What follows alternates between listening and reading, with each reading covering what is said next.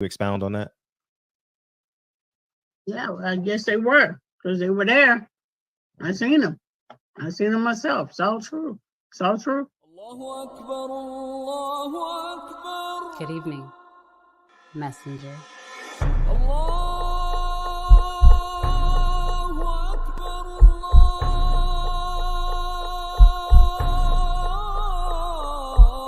You convinced us that you were the last messenger.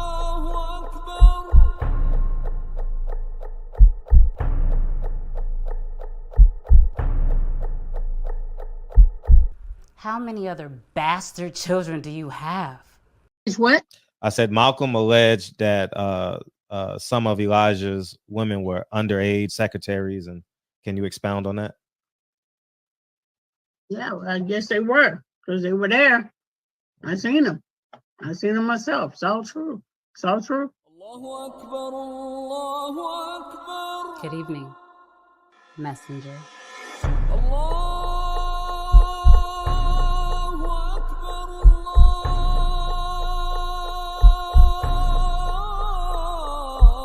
You convinced us that you were the last messenger.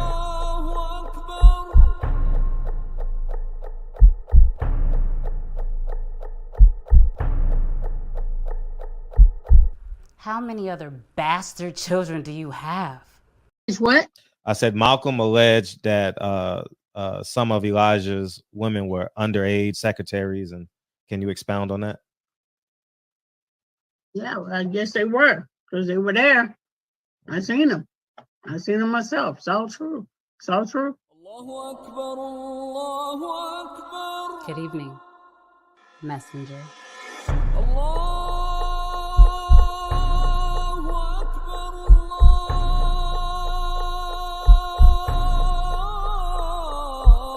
You convinced us that you were the last messenger.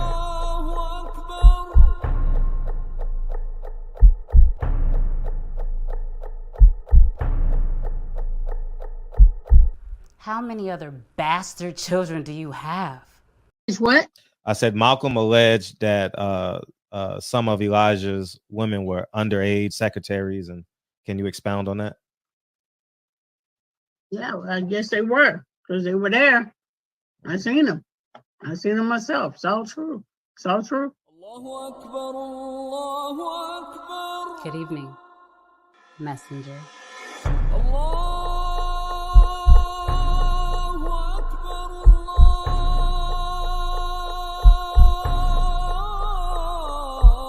You convinced us that you were the last messenger.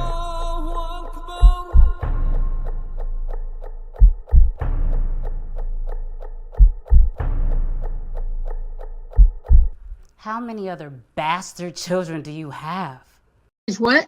I said Malcolm alleged that some of Elijah's women were underage secretaries, and can you expound on that? Yeah, well, I guess they were, because they were there. I seen them. I seen them myself. It's all true. It's all true. Good evening, messenger.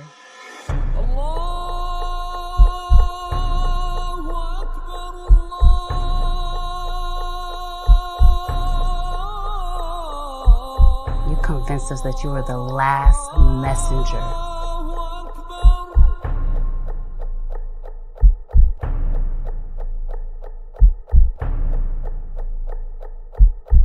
How many other bastard children do you have? How many? Welcome to the show.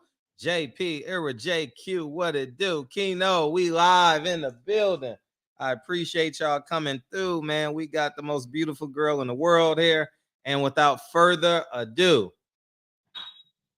the gentleman, Lincoln Curtis Gerald Hawthorne, ladies and gentlemen.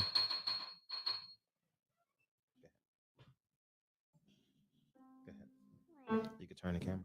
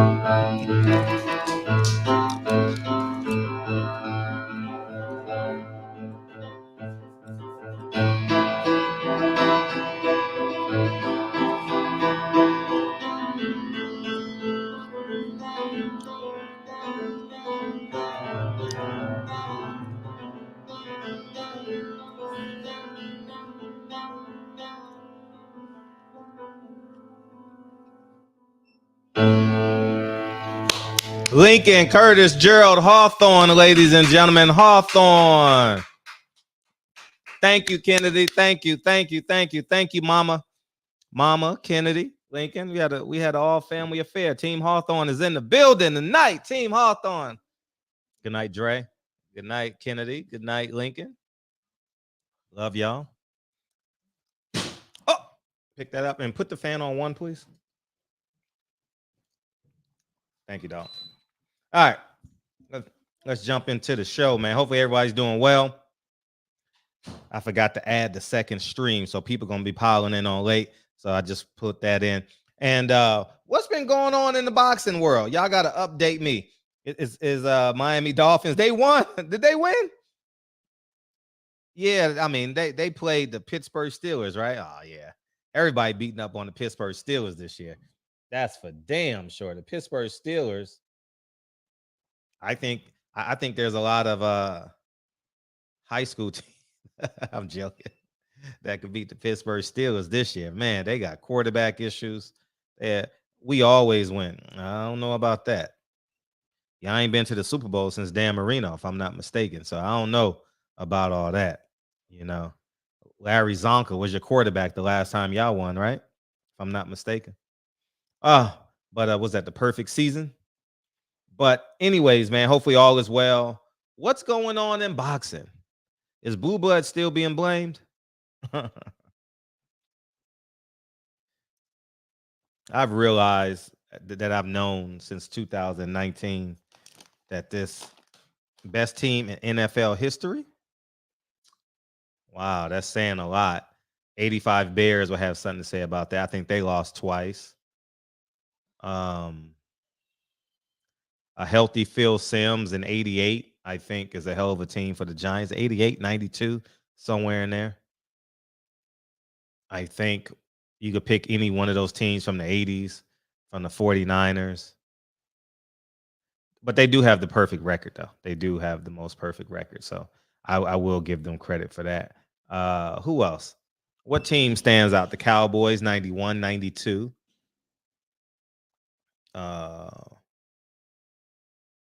The Denver Broncos with what's up, TB? The Denver Broncos with Terrell Davis.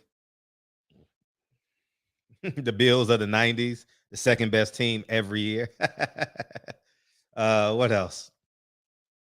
Oh man. Yeah, man, that's the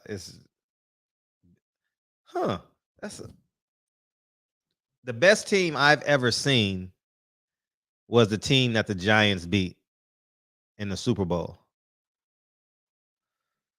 The best team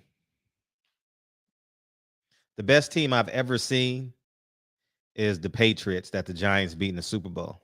I think that was the best team offensively I've ever seen. The best team defensively, I can remember, would be the Giants and the Eagles in the 80s and the 90s. Those were, what's up, Batman? Shoot your shit. Great to see you in here, man. I'm glad you're driving safe. The Eagles and the Giants defense in the late 80s.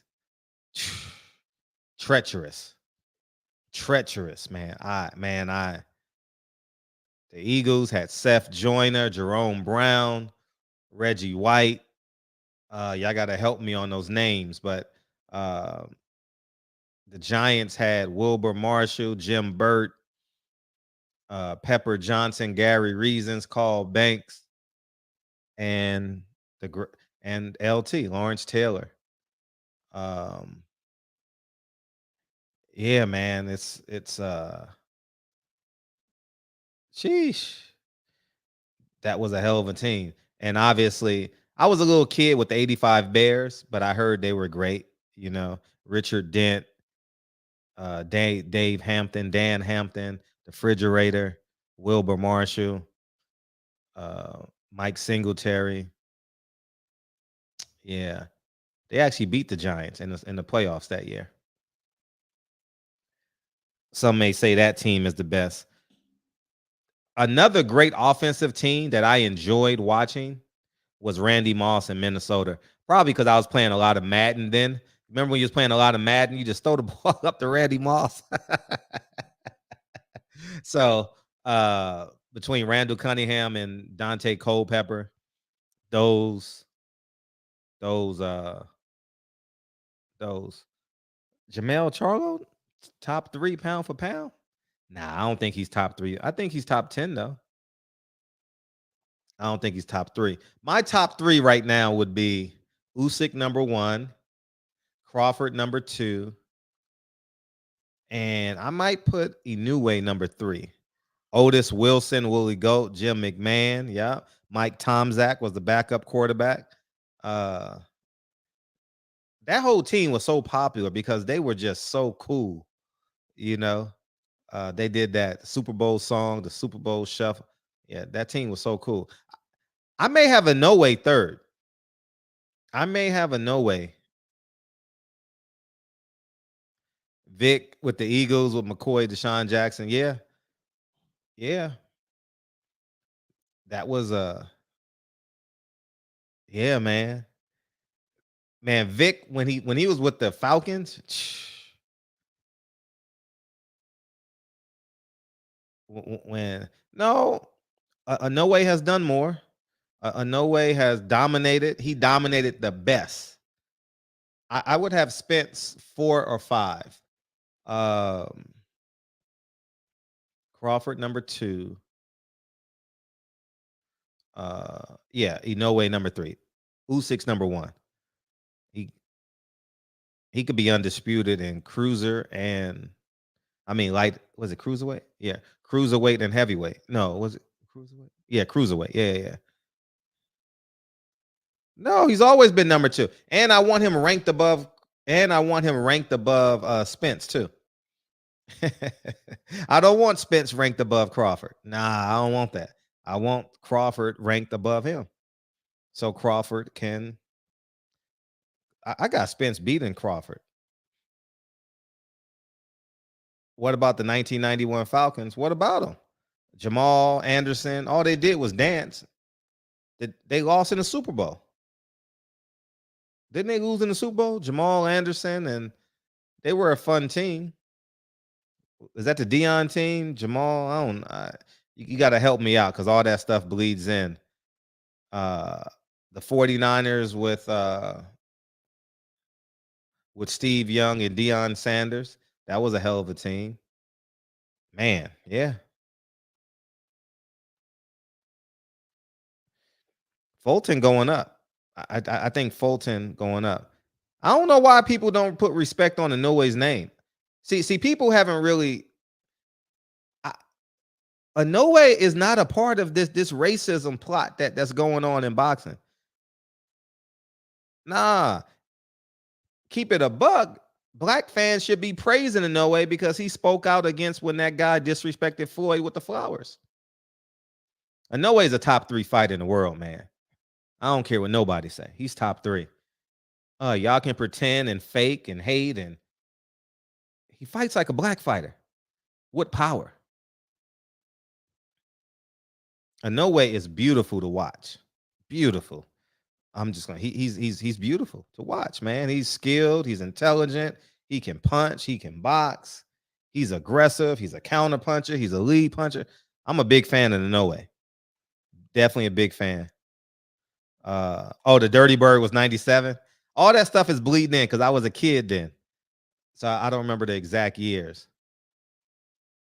Who was the best offensive player before we jump into boxing? The best offensive player I've ever seen. Probably in college, Michael Vick and Reggie Bush. In the pros, the best offensive player I've ever seen. Barry Sanders, Randy Moss, and Michael Vick. What's up, Mr. Barry Hill? What's up, Mr. Barry Hill?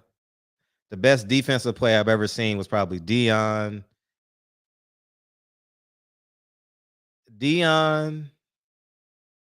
Lawrence Taylor, and Ray Lewis. I think those are the 3 best that I've seen. I think those are the 3 best defensive players I've ever. Reggie White is in there too. Charlie Ward was a beast too. Charlie Ward was a problem. Yeah, Charlie Ward was a beast. He ended up being a first round draft pick by the Knicks, man. Jerry Rice, Jerry Rice is not better than Randy Moss. He was more efficient though. He was a better football player than Randy Moss.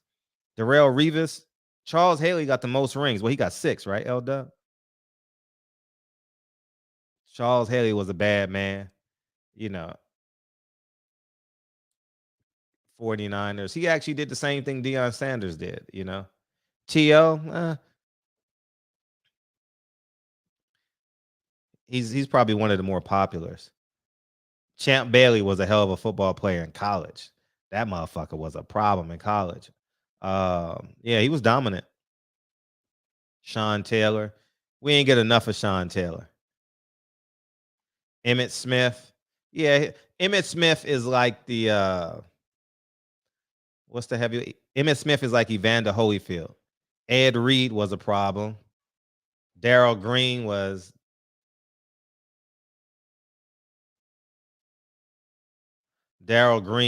like damn, what he played 20 years? And every year he was first or second fastest man in football.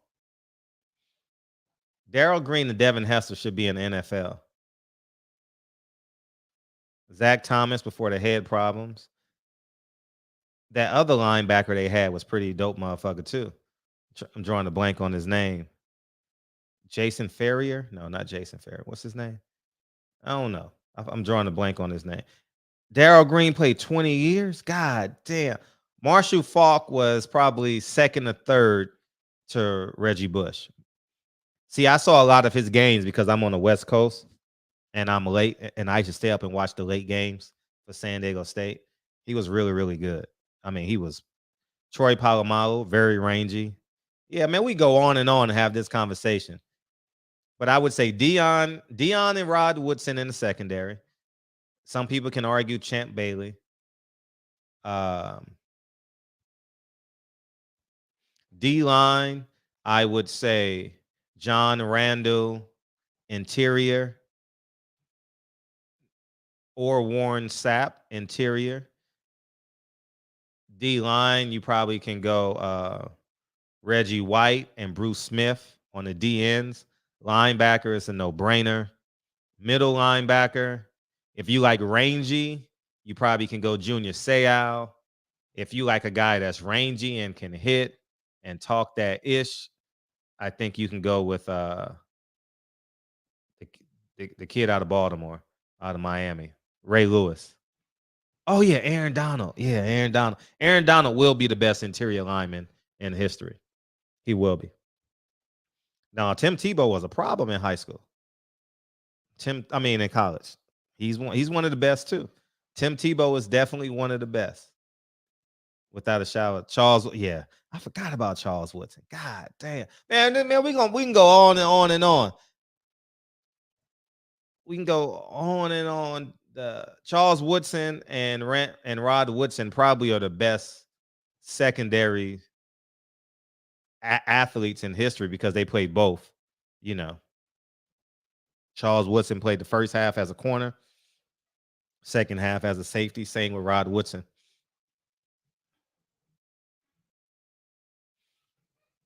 Darrell Revis Island, he was good. He was good. He definitely wasn't he wasn't Deion Sanders. Nah. But Revis was a bad motherfucker though. He was a bad motherfucker. Yeah, man. So I wanted to bring up this conversation and we can add to it as the show goes on. But Chicago, man. Chicago never disappoints, man. Chicago never disappoints, man. And this is a 2-day weekend this time.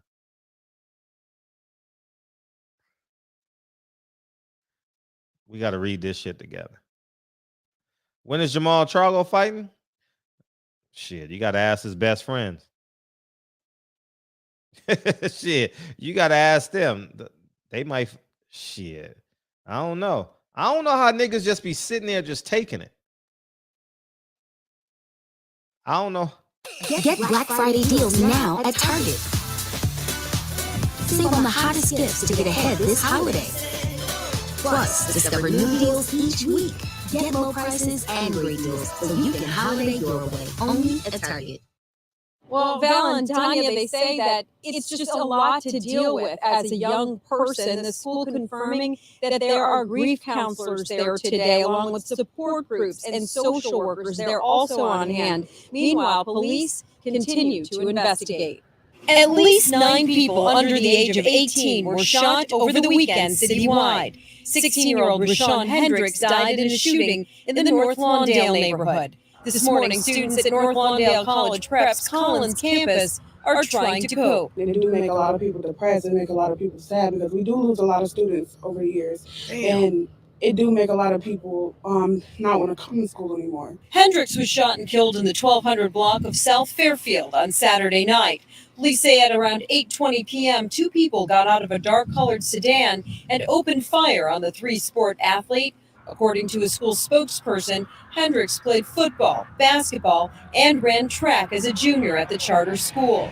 Police say a 13-year-old girl was also shot in the incident. She's listed in good condition. He was just a regular student. He don't do that type of stuff. He play basketball. They tell you to like watch your surroundings. Like you gotta watch where you're going. According to our records, at least 294 juveniles have been shot in Chicago this year, including 33 killed. On Friday night, a 12-year-old was hit by gunfire when someone in a car began firing shots in the Homan Square neighborhood. Police say that child was in serious condition with a gunshot wound to the chest. This violence all too painful for young people trying to make sense of it all. Yeah, it's just a lot in our community in general, and we're trying to fix it slowly, but there's not much we can do if nobody else wants to help. And to tell you, you might want to get out of Chicago.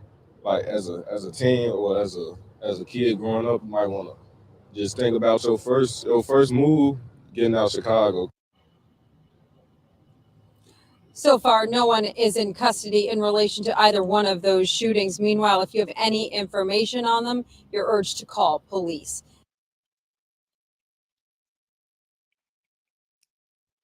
No snitching rule, huh? No snitching, huh? No snitching, huh? Oh, no snitching. Oh, yeah. Oh, man. Yeah, you a bitch if you a snitch, man. No snitching. 16-year-old kid killed, man. He was on his way to going to college. 6 years later, 7 years later, getting a job or getting his master's.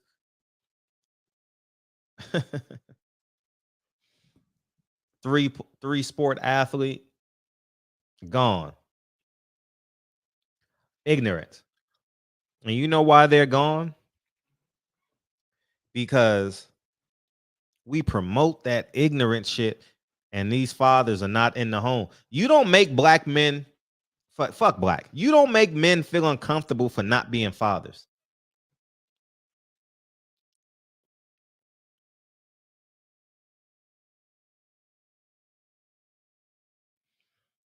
A young high school kid said, you need to move out of Chicago.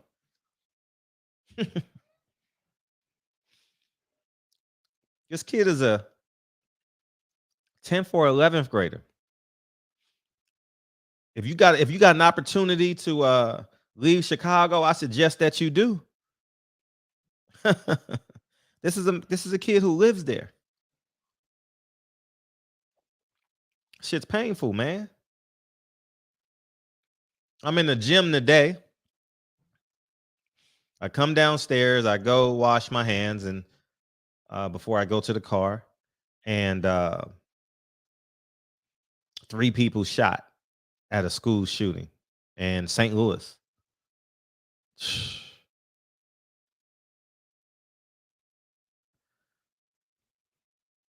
I don't care what ethnicity these shootings are at this point.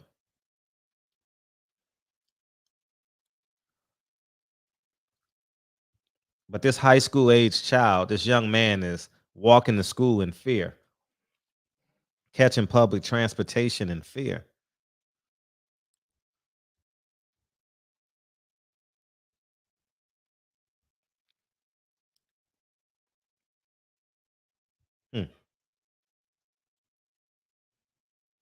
We just stepping over these bodies, man.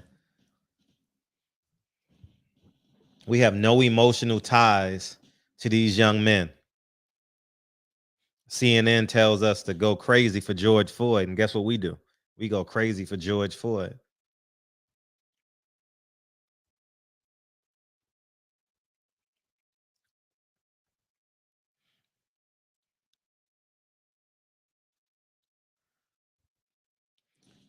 $16-year-old kid killed, man.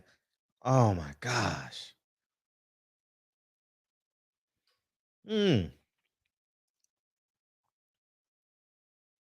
Insane.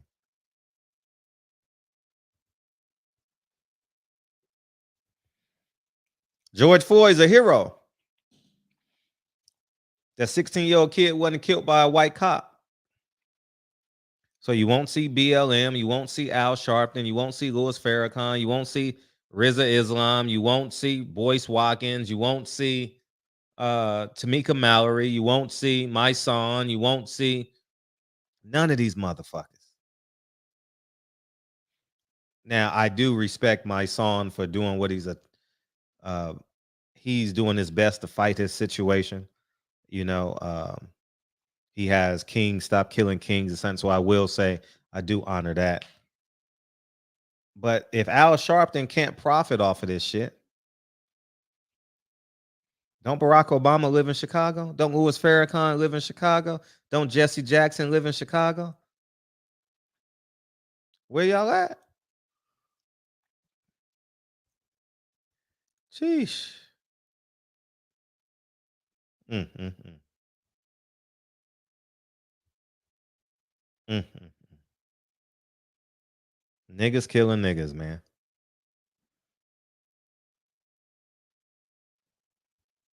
CNN won't report on this, man.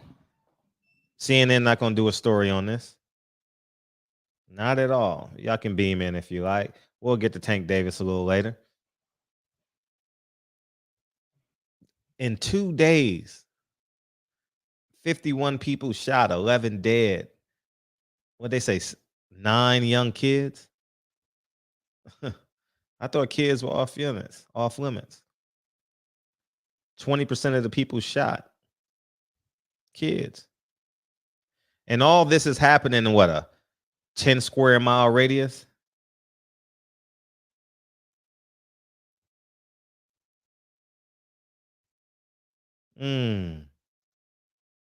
Are you serious? Oh, that's awful. Tavion. Oh my gosh. Childhood friend killed them over jealousy? Now he got to do 25 to life. Buy him. Mm. Mm.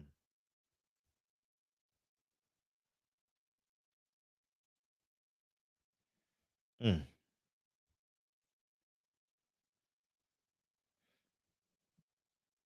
Damn. Wife, 3 kids, doing it the right way, had a family. Insane. I'll look it up right now. I'll play it for you. I'll honor the young soldier.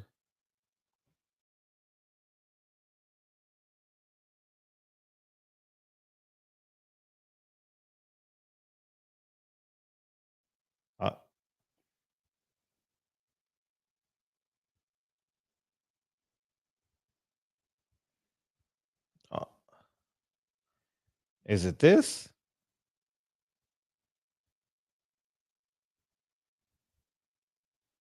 Killing of Central District business owner was part of a 3-day. Is that what you're talking about? Postman, Seattle.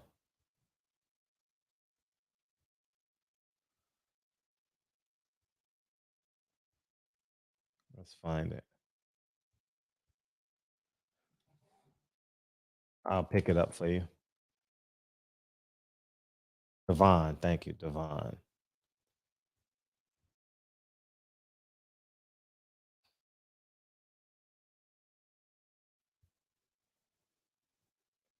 Devon Pinkett.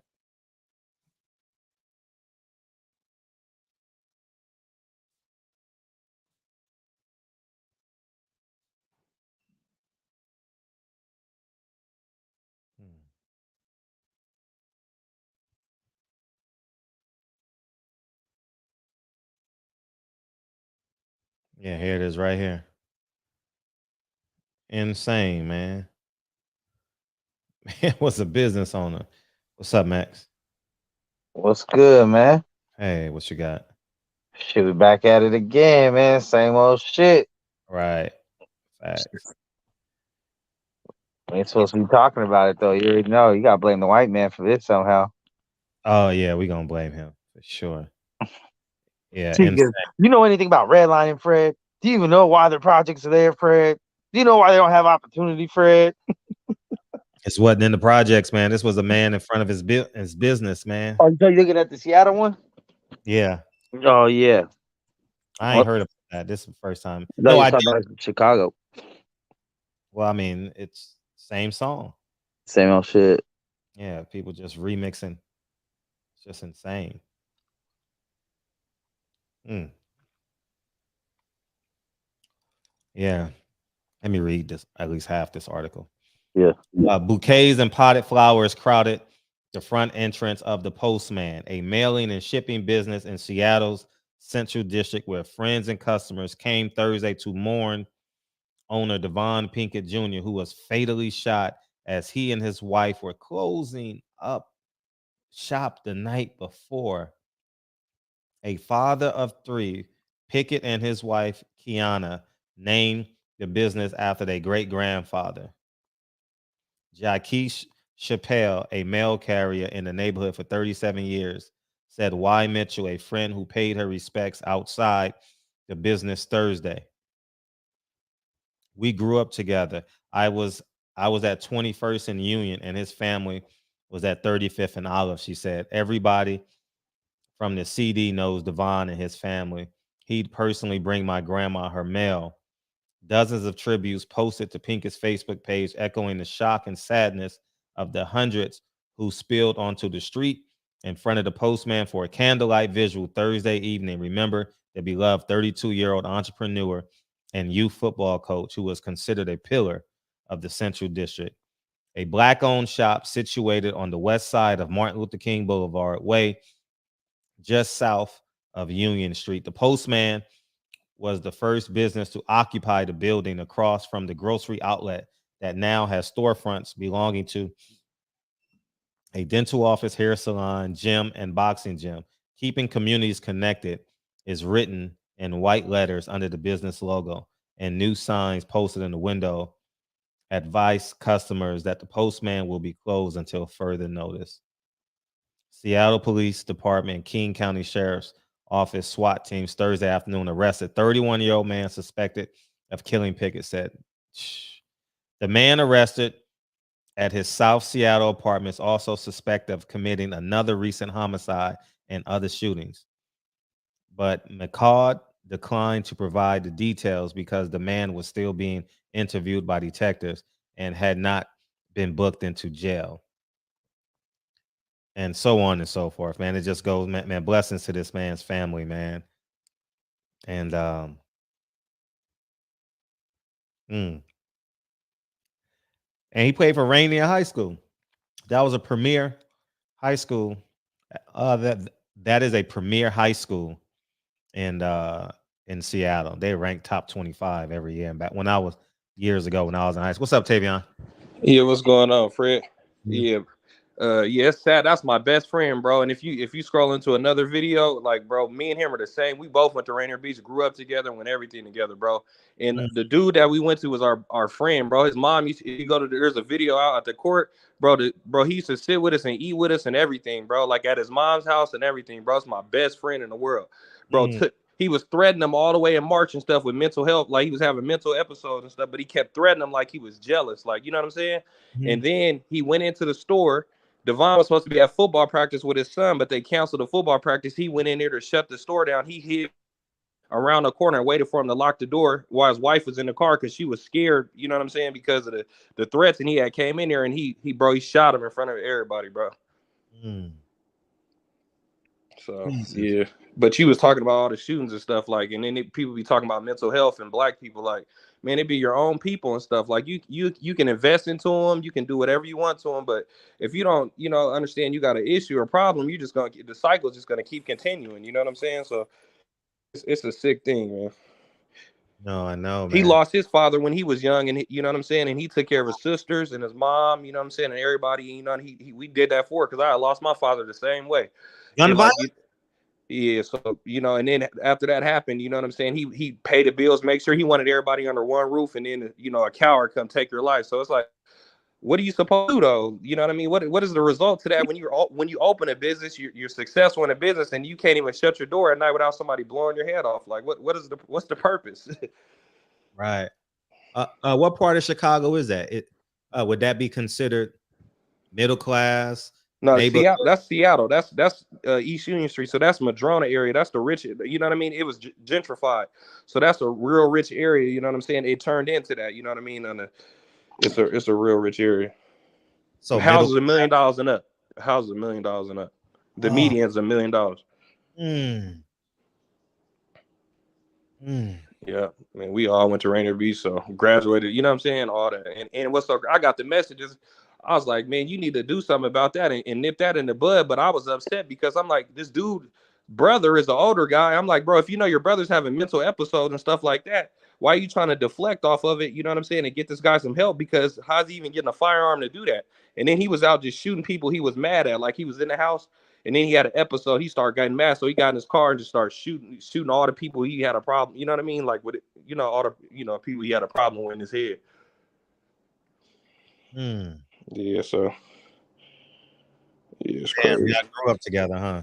Yeah, that was my brother, bro. So you know what I'm saying? So that's why I always be, you know what I mean? Like, I had lost my pops, and then he, you know what I mean? And we did everything together. And Really? we started just because I do like concerts, and I do real estate stuff too. You know what I'm saying? Yeah. So I know, you know, with the houses and stuff, but I got out of Seattle, out of the neighborhood, because I was doing concerts and doing all this, like you say, putting the money up and doing stuff for the community and all that stuff, bro. And you can't make everybody happy, and then you putting all your own money up, and then these motherfuckers want to blow your head off. They get mad because you want to answer the phone or you elevate. Now they want to come, kill you or something like that. You know what I'm saying? Over you not responding back to a message or something. You know what I'm saying? And I'm like, what's the point even having real estate in this area and doing that? And if I go to sleep and I build my family over here, somebody come in here, I don't care if I got a gun or not. Like, somebody can still come here and kill you or anything. It's like you don't even got no safety. So it's just a sad thing though. You know, now his mom's out here stuck. You know, she done lost her baby boy, and you know, it's just people don't really realize that type of stuff until, you know what I mean, until it happened to them. Nah, it's a major setback, dog. Like it. Son's football coach, you know, you take your son to basketball practice. Imagine coaching the whole basketball team, and you know what I mean, he's dependent on you to come every day, and you dead, somebody shoots you, and then you know what I'm saying, it's just over with. Like, he, you know, now he's raised without his dad, and his dad was a loving father, you know what I'm saying? So it's like that'll scar you, bro. Yeah, sad, bro. Only 32 too. Crazy. That's bro. fucking crazy, bro. That's fucking crazy. I'm tired of niggas, man. I don't like them. That's why niggas be like, we helped it, man. Fuck that, bro. I'm not helping you. Nah, you figure this shit out yourself, bro. Like, I'm really off that. Like, because you figure it out, you get past the mental edge of being able to be successful, and then you come to realize that you bringing all these people with you, and all they trying to do is use you and fuck you over. And as soon as it don't go their way, when you done gave them a spoon, then they want to blow your head off. Like, that's all they think about, or ruining some stuff. I don't want to sit there and cry and be holding flowers and shit like that. Like, who want to keep living like that, bro? Like, it's just not cool. Go ahead, KB. Man, nothing, man. Dude, I'm just tired of niggas, bro. Like, all this dumb shit. Like, you said that that it was 51 people that had got shot in Chicago in 2 days. That's fucking ridiculous, bro. And then I guarantee you that it's going to be one nigga inside of the comments. White people do it too. Nigga, fuck that. We're not talking about white people or white people, nigga. Like, we know for a fact that this ain't nothing but niggas doing this shit. Doing motherfucking, like, doing all these damn drive-bys and all this stupid shit. Bro, this shit is fucking crazy, bro. It's just too many fatherless kids out there, man. They just man, they daddies is out there doing it with them. But the fatherless kids, some of the kids are fatherless because their dads got murdered, or some of the kids' dads and their moms out here doing hoeing and doing all. So they, you know what I'm saying? There's two elements to it. Like, you just fracturing everybody, like, both ways.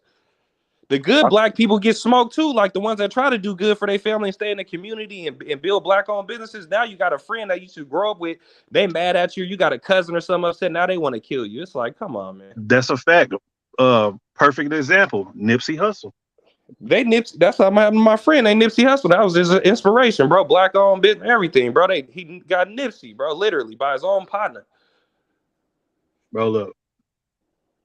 I left the hood in 2019, about like 3 years ago, and I don't even go back over that motherfucker at all. Yeah. Period, at all. Like motherfuckers be calling my phone and shit. Hey man, we doing such and such or whatever. Nah, nigga, I'm good, bro. Facts. Nah, I'm good. check this out. I'm back at home in Cleveland. And I go visit my brothers on the block, so I know what they doing and shit. And next you know, I see the jump out boys hit the corner. Everybody scattered. The fuck I need to run for? I ain't got shit in my pocket. The fuck? I ain't running.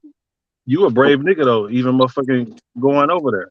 Cause nigga even step foot in my old neighborhood. Well, my brother over there. At all. So next you know, they give me a disorderly conduct ticket for not running. Yeah, but look at this though. You got a business, you get harassed. He from the street, you from the streets, whatever. Like, you know what I'm saying? We grew up or whatever in the streets or whatever, just growing up, you know what I mean? So you running a business, you file a police report for the business for harassment and carry it concealed just in case, this dude comes back over here. The police don't do nothing. Now the streets labeling you a snitch and you get killed. It's like, bro, listen to like the logistics of what they're teaching, bro. It's not making correlation, making no sense, bro. Like you can't win. Stuff is set up, bro. Like you can't win with nothing. Like, you know what I'm saying? What is he supposed to do? Come out with an AK when he leave his business and you got all these white people and all these people with their mail and stuff and they're like, this nigga's crazy. Like he come out with his gun looking around. How's he supposed to stay safe? How you supposed to stay safe in it? That's what I want to know. Like, what's the answer to that? Shit, there ain't one. Exactly. There ain't one. Exactly. Shit fucked up. There ain't one. Well, yeah. You gotta be brave to live in Chicago, man. Man, that's anywhere. It's not even Chicago, bro. That's in any neighborhood in the world. I really feel like that. Because Chicago got some nice parts too, you know what I'm saying? Yeah, Chicago do got some nice parts, man, but it goes down just within seconds. Yeah. Even in the nice parts. And you'd be like, damn, these niggas don't care. They'll walk down on you, bro. They'll hunt you down all day. They'll watch you. They'll follow your car all day. And then they'll wait for you. And then they'll catch you. You'd be at Gucci store and they'll wait for you to walk out, bro. They got these niggas got switches and all kind of stuff. Yep. Yeah, bro. They'll blow your head off, bro, and then get out of there on it. It's crazy. And then you're a hero. You died a hero. Now I'm not trying to die no fucking hero at 32, 30 years old. Like, what the? It's crazy as fuck. Yeah, it's sad out here, man. Like, it's just really sad, But like I say, I protect my kids, and they say I'm too strict. But hey, if I don't make y'all mad, I ain't doing something wrong. Right, flat out. That's all I can say. So I gotta know where y'all at all times. That's a fact. That's a fact. Yeah. And how about the wife, man? She got to conduct business, live in fear, and I know, right? Raise kids, and then the mom, and then people expecting their mail. Life's supposed to go on. You know what I'm saying? And the money can't save, bro. You die, you lose people that die and stuff, bro. I don't care how much money you got. You really love, bro. You're scarred. That money don't mean shit. For your mental health and stuff like that. You know what I'm saying? Right. So his legacy, what does he want to shut the shit down? She done seen her husband get killed in front of the store. Now his legacy and what he wanted, what the fuck does that matter? Like, she gonna shut the shit down anyway. She ain't gonna want to be over there and relive, waking up and then, you know what I mean, reliving that shit and got them kids and stuff. And come on, bro, man, that shit is horrible. Don't even fight. These niggas don't even fight though. You know what I'm saying? Like, you could have waited for him at the door, nigga, hit the nigga with something like, nigga, let's fight, nigga, or something like that or something. Nigga, you niggas is out here shooting niggas 10 times for no reason though. That's all because of this social media shit. Like back in the day, I think we was talking about it a long time ago. Back in the day, you know what I'm saying? Only person that seen your ass whooping was that motherfucker, whoever was there. But now with social media, everybody records shit, so you gotta see the ass whooping 1,000 times. Yeah, and you can't relive. Yeah, exactly. And Back in then the day, you know. nobody would know. They would just word them out, so you can kind of just go home, like, you know what I'm saying? Yeah. And then look, you could, bro, leave your business. You could be concealed. He had his gun on his hip, bro. Still couldn't do nothing. Still got killed. He had his gun on his waistband, bro. Still couldn't do something. The nigga was right there, blindsided him, bro. It's like, you know what I'm saying? So you can have a gun and still get killed if he, because people, they don't learn how to hunt you down now. You know what I'm saying? So a lot of the murders and stuff that they're doing is like, you know, they're heinous, but they're like doing it with these ski masks and all kind of crazy shit. Yup. Damn, that's fucking crazy, bro. Yeah, you gotta take different routes home if you out here in the streets, man. You can't be taking the same route every day. You gotta switch up your shit if you think they on you. Yeah. Is that mixed? What's happening? We're all mixed. Yo, Man, this is like, it's just crazy on how taboo of a subject this is. This is, you know what I'm saying, how little people are on the panel right now talking about it. But we want to talk about some white people holding someone back, we're gonna have 30 people on this motherfucker. When you talk about this shit, oh nah, it ain't that bad. Nah, it ain't like that. Oh, the media's just blowing it up. No, they're not. They're Facts. not. They are not blowing this shit up. Niggas Bro, been there's doing real this life shit for families God knows dealing how with this, long. bro. Somebody really lost their kids. Like people, And it's you know what I'm everywhere, saying? bro. Like, come on, bro. Like, It's everywhere. It's Baton Rouge, it's Detroit, it's fucking New Orleans, it's Miami, it's all the places. LA, the Bay, it happens everywhere. Inner city shit, bro. shit's And crazy. it ain't a And bunch you of know inner what city though? white people killing each other. Exactly, bro. Yeah. But you know what though? What do all of those cities have in common? Democratic leadership. Yep. Democratic leadership. Facts. Lack of. Yep, that's Washington, Seattle too, Washington too. You want to decriminalize the police? Now the motherfucking police ain't coming. You got a house worth 1.5 million. These motherfuckers breaking the house. The police ain't coming for about 30 minutes. So what you about to do? Like, you know what I'm saying? Like, but your mortgage, you paying a $5,000 mortgage. You know what I'm saying? So like, where's the safety at? But you guys want to decriminalize the police though. You get what I'm saying? Like that was all the bogus. Makes no sense. Bro. Motherfucker come up in my shit. Oh man. It's going down. Yeah, it's just crazy. I can't wait to use my shit. Man, don't say that, bro. Well, no. I take that back. I take that back. Because I don't want to have to. But nigga, but hey, I damn sure will. Nah, facts. It's crazy out here, man. Oh man. What else though, Fred? What else is going on though? Man, sorry for the family, and hope condolences go out to your homeboy, man. Yeah, for real. Sure, man. Yep. For sure, bro. And then I be thinking too, I think sometimes too, like, you know, like, I don't know, man. I don't know if this shit feels like, maybe it might be social media, but I'm only 32, man. This shit seems like it done got worse, like in the manner of the people, the way they're killing these people, like the way we're killing each other, bro. It seems like it's just getting out of control, bro. And people getting away with it, it seems like. Yeah. You know, you want to hear some more crazy shit? It might be crazy to y'all, but I told my dad this shit the other day. I said, the world is getting so messed up, Dad. You get more, I'm talking about, you find more respectable niggas in prison. Like, niggas will start respecting each other. Like, excuse me, bro. You can't even get that. You can't even get a high or buy from another black person in the street because they main mugging you. These niggas is mugging. These females too, mugging you, looking all rude and shit, all shiesty. You be like, yo, why you so upset, bro? Chill out. And coming from where I'm coming from, shit, I'm trying to speak to every black person I see. How you doing? How you doing, brother? How you doing, brother? They just don't even give you a high back. Don't say just me mug you back. Like, damn. Bro. And you look at him, you be like, nigga, you so insecure, nigga. Look how mad you are, you suck ass, nigga. You're not even hard. You be looking at them niggas, you be like, bro, you think you're so tough with that little mug, nigga. Be respectful and say what's up. Like, ain't nobody scared of that, all that weird shit. Like, you know what I'm saying? They be trying to use intimidation tactics by being rude. That shit don't scare nobody. That show you're insecure, bro. Man, I tell all the little youngins, y'all can do all this, but when you get to that gate, them guns is checked in at the door. Flat out. You ain't gonna have no more guns. Just go back to old school. You gotta learn how to squabble. Right.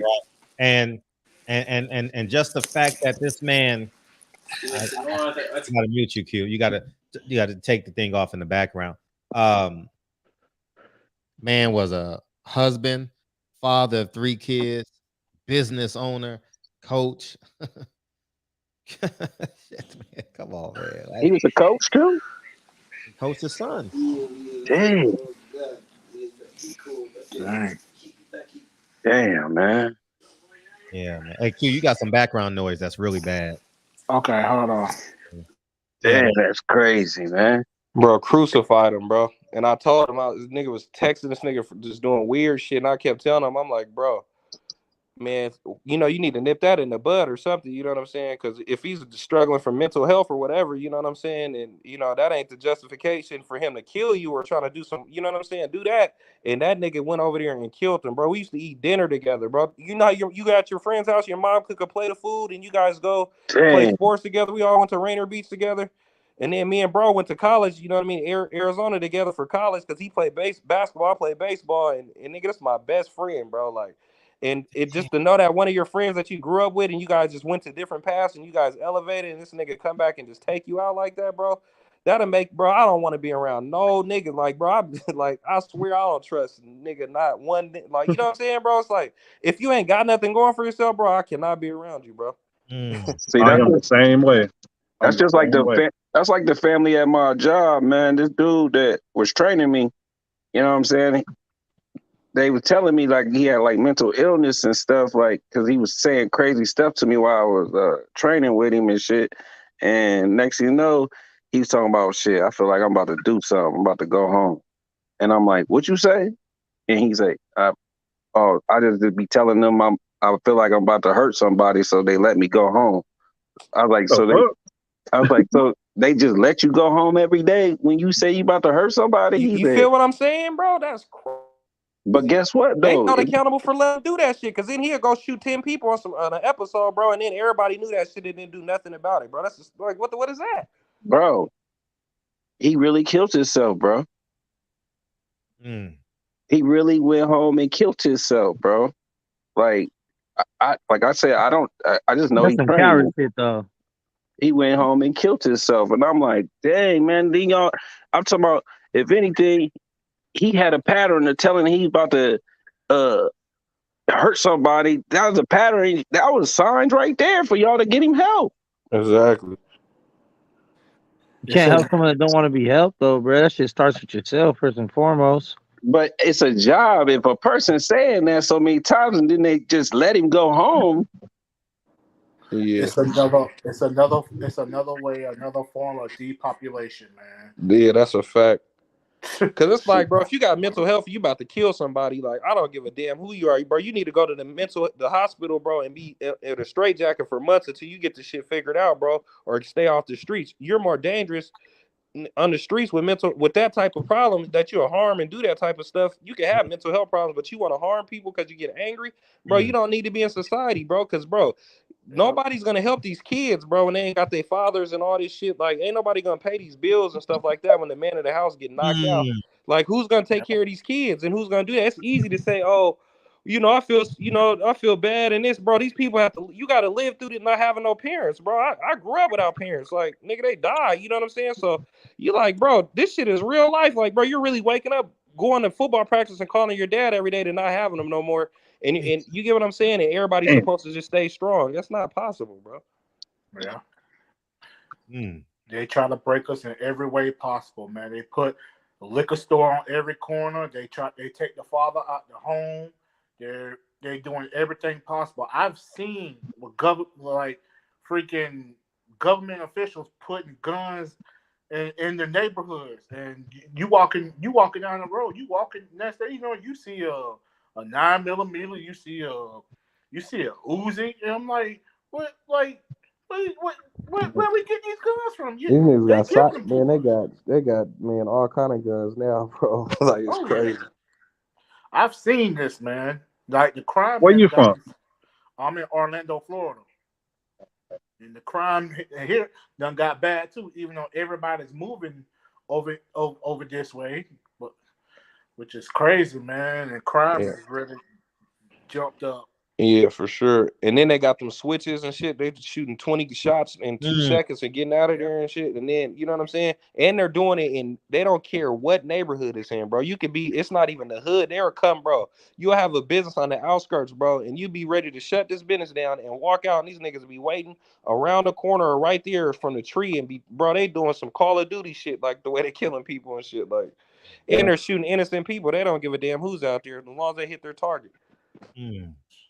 And it's so crazy here in Orlando. Like, how the heck y'all spending all this money on a new freaking police department, freaking a $20 million police department building, but y'all don't want to put that money towards trying to help putting better programs for these kids, man. But like after school programs and stuff like that, it's just. They don't got no after school programs. That's what I'm saying. You used to be able to leave school, go to play sports, and then go to the teen life center or something like that, and then everybody be there.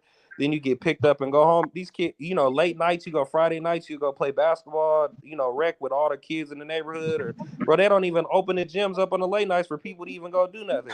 Everybody just sitting in the house, like, doing weird shit, like. You know what they doing? Sitting in the house playing Call of Duty. What is that teaching you? Shooting guns, violence. These like, man, it's so many. I don't necessarily agree with that though. Like I don't think that Call of Duty got nothing to do with it, because like, you know, it wasn't this bad back in the day, and we had like 007 and like Grand Theft. They used to say that about all that Grand shit. Theft Like, you know what I mean? Like, yeah, true. But they are making these games way more graphic now, though, too. Like, it's crazy. It's crazy. I know, man. And then they have this music, you know, like this music now, man. What's it called? drill music. Drill, yeah, drill. That's the devil's music right there. Exactly. Yeah. The music, All they I talk think about music is killing 90% people. of it too, bro. I really, the music is definitely, because, oh my God. Of course it is. Of course it is. Damn, TB, why you send me this, man? What do you say, Fred? 8-year-old fatally shot. 8 Man, years what the fuck, bro? Oh, man, come on, man. Mm-mm-mm. Come on, man. That's just Chicago. Yeah, boy was shot in the head about 5:50 and was taken to Comer's Children's Hospital where he died. Mm-mm-mm. That's crazy. My God. That's sick, man. Whoever did that, man, they don't even need to be on death row. Just go on Friday ass right then and there. So look, what you do like this, like what, Fred, what you think about this? You raise your kid, you know, you like you say, we teach them to be entrepreneurs. You know what I'm saying? You graduate, get a degree, you open up a black-owned business in your neighborhood, you employ your family, your sisters, all these people, and you lock the door, bro, and you get your head blown off. Are you satisfied with being a hero? No. No, you're supposed to be a grandfather. Facts. You're supposed to be a great grandfather. Live to grow old. Yeah. Yeah. The only good way you can look at that situation is at least you tried. Or your list. At least you tried to help as many as possible in your neighborhood. That's the only good way you can look at it. But besides that, I agree with you on like I agree. Man, I ain't trying to die no hero. I learned that my dad was like that too. I'm not dying no hero, bro. Because the same people that was crying for you, they ain't gonna be nowhere to take care of them, your kids, or even check on their mental health if something's going on, or even follow back up. They all get what they want and they disappear. It's just like when you die, man. Your family comes zip the body bag up. They already going through your stuff trying to figure out what they can take. Them motherfuckers don't love nobody. Like, I'm like this though. I'm not opening up shit in the hood nowhere. Nigga, like, no. No, this ain't even in the hood, bro. This is a gentrified. This is a good area, though, bro. This stuff's happening in great areas, bro. Yeah. Damn. Like, see, I had moved so far north in my city, like, bro, like, it take motherfuckers a while to get to my house. Like, a while. Yeah.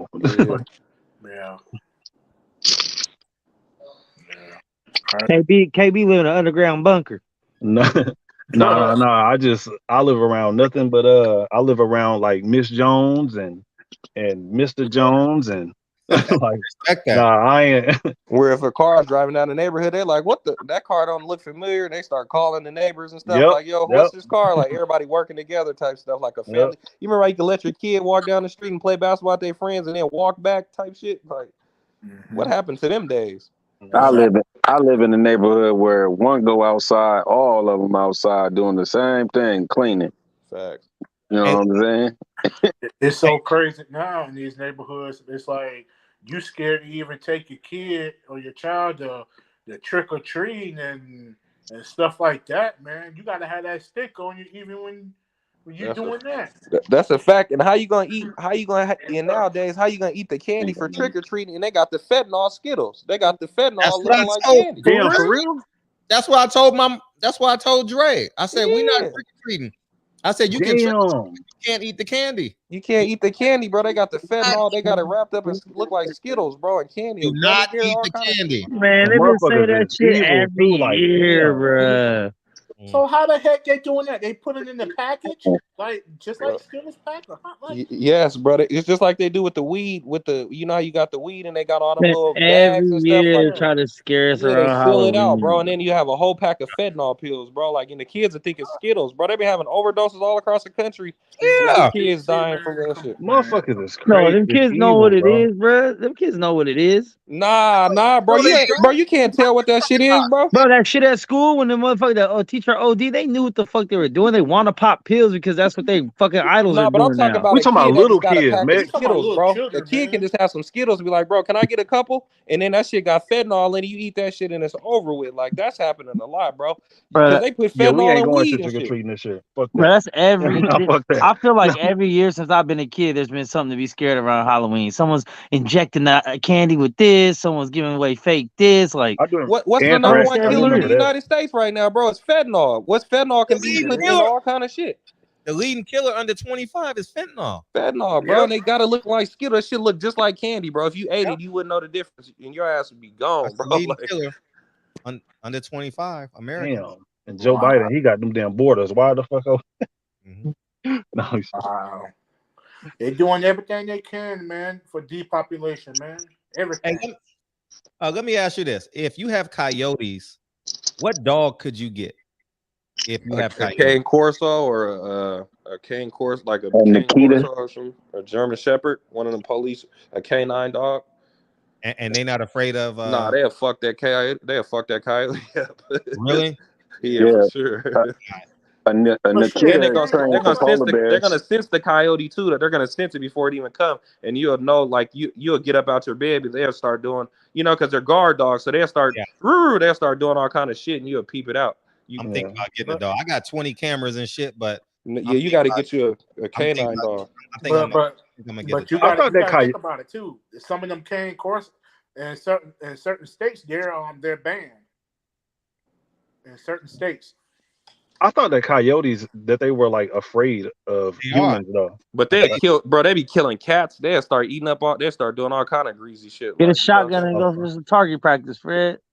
No, they done killed the cat in my yard, killed the squirrel in my yard. Damn. But they'll fuck you up too if you get out there and do some shit, bro. That's latch under your leg and yank you or something. You know what I'm saying? Like I got into it. I remember running into a mountain lion in college playing baseball. We was running the hills, and I'm coming down the hill. I never seen a fucking mountain lion in my life. I'm looking at that shit like it's a lion, and that motherfucker got aggressive. And then like 2 weeks later, somebody got mauled by it. You know what I'm saying? I'm like, damn. If they're hungry, bro, they gonna come get it. Yeah, I don't even fuck with them. I don't even run in this neighborhood, dog. I'm being honest. Like, I'm cool. Like, I don't run at night. I don't run, and I'm not running in the hills neither. Rich people problems. I be seeing coyotes too. Like, but I don't like. But I never seen them as a threat though. Like, I never, you know what I mean? So, but now shit, y'all got me thinking. I'm like, damn. Man, I'm kind of like in the country part. I'm kind of like in the outskirts. I'm in like another town in Orlando. Bro, you run into one of them mountain lions or them cougars, bro. Like, it be German Shepherds are good in my neighborhood. It be bears at night. Like matter of fact, just yesterday, because you know how you have the Ring app on your phone, and then it'll pop up a message like so and so in your neighborhood. Man, it was a bear. It was 3 bears, a mama bear and her cubs, man, just walking around. I'm like, man. Yeah, I'd have shot that motherfucker. No, I ain't fucking with no bear. They don't bother nobody though, man. Nah, man, fuck that. Until they do. If you see a bear walking towards you, bro, like even if they don't bother nobody, you gonna be like, hell no. Like, Man, shit, man, I'm shooting that bear, bro. For real. Shit, it's gonna be a dead bear laying out in the damn yard. Yeah, that's crazy, man. Well, y'all fellas have a good night, man. I gotta lay it down. I gotta get up and hit that clock. All right, now. All right, be easy. Yeah, appreciate you. Yeah, I've never had a pet before. Yeah, you gotta really like a dog or nothing. Canine breeders like with the German Shepherd. You A just need rock? one that breeds a good dog. A gerbil? No. I got a fish. I got a goldfish. There you go. Well, there you go. That's a pet. Well, Lincoln and Kennedy has a goldfish, but that's it. Yeah, I ain't got. Yeah, thank you, KJ. I just wrote it down on my. Get you a dog, man, because you gotta think about it. Them cameras could be hacked. You got them 20 cameras in your house, but anything with technology can be hacked, man. Yeah, I got it on every inch of this property, but but I want to be warned. You get what I'm saying? Yeah. You know, like if my dog is barking, then I know something's up. He'll start growling when the motherfucker hit the zone. Like your feet, you have a line, like how many feet somebody can cross the line. He'll get up and poke his ears out and start growling and run down the stairs or whatever. Then you'll know something's up. See, man, I couldn't live in California. Y'all gun laws are just terrible. Yeah, terrible. Someone bump that. I won't. Yeah. I love my state. We all open carry here, so. Oh, you in Texas? No, I'm in Oklahoma. Oh, y'all, y'all. Baby Texas. yeah. Pretty much. I wish we are right there together. What part of Oklahoma, bro? You in like Oklahoma City? Yeah, in Oklahoma City. Like, Yeah, but I live up in family Edmond though. Like, so I live like. Yeah, I know. I've been like out there in all like the time. Suburbs. Yeah, like Wynnewood. You know where Wynnewood is? The country. Yep, I do. Yeah, It's country as hell out there. Yeah, for sure. They got one McDonald's and a stoplight. Hell yeah, hella farms and shit. Yeah, that's where the boy was at. The tiger dude, the tiger cat. Oh, Tiger King. Yeah. Mm-hmm. Man, I wish we was open carry here in Florida. But y'all not? No. I thought Florida was. No, they got the stand your ground law though. It's the stand your ground, and you can have the gun, but it has to be concealed. You can even put a paper towel over it. It don't matter as long as it's not visible, and it can't be one in the chamber, and you can't have it in the clip in the gun. The clip has to be out. Damn. Yeah. So when George Zimmerman shot old boy, he had it. How did that work? Hey man, that's different. That's George Zimmerman. He had to. Right. What did he do? Pull his clip out of his other pocket and then put it in the gun and then shot him? Like, he was a security guard though, wasn't he? Wasn't he? Yeah. Matter of fact, that happened. Sanford for me is like 30 minutes. That's what Sanford, Florida. That's probably a different county. It's a different. But it's a different county, yeah. Yeah. Like Casey Anthony, like her grandparents, they stay like 15 minutes from me. Her grandparents, like where that situation happened, as far as her grandparents and stuff, they stay like 15 minutes from me. But yeah, Florida, you can't have it a one in the chamber and you can't have the clip in. But it can be concealed. But it has to be concealed, also like covered up. Yeah, crazy, right? Yeah, that is kind of crazy. Crazy. Like shit, like damn. What if you need it like ASAP? Like you sitting there fucking with the gun and shit. Like, you dead, bro. Yeah, like for real. Hold on one second. Let me put in this clip. Like what the fuck? Like all I gotta do is click off my safety. Like me, I keep mine in my car. I keep the clip the bullets in the clip, and I keep mine in my car. Like all I gotta do slap that bitch in, and I'm ready. Crazy. Y'all gun laws are just terrible though for it. Like how you worst. It's the worst. I know you live like in a rich area and everything, but like it don't matter. This nigga on fire. It don't matter. It don't matter. Can you even get a license to carry though out there? Yeah, Or it takes 8 months to a year. oh, word, damn. Yeah. See, here before COVID hit, man, it took no time to get a gun license in Florida. No, like what 2 months? You should get like. I mean, it's easy to get a gun for your home. You can get that same day. Well, the first one is 10 days. You got to wait 10 days for them to do your background check. Yeah, of course. Same way here. That's how it is in Florida too. But it took no time to get your gun license before COVID hit. It was like 2 months, 3 months. Get your gun license. It's crazy. Yeah. Shit, all I do is just walk inside the store and just be like, I want that. You know what I mean? Like, like all they do is a little like background check, and after that, if you pass it, then you good to go. Like the background check only take like 20 minutes. Yeah. Yeah.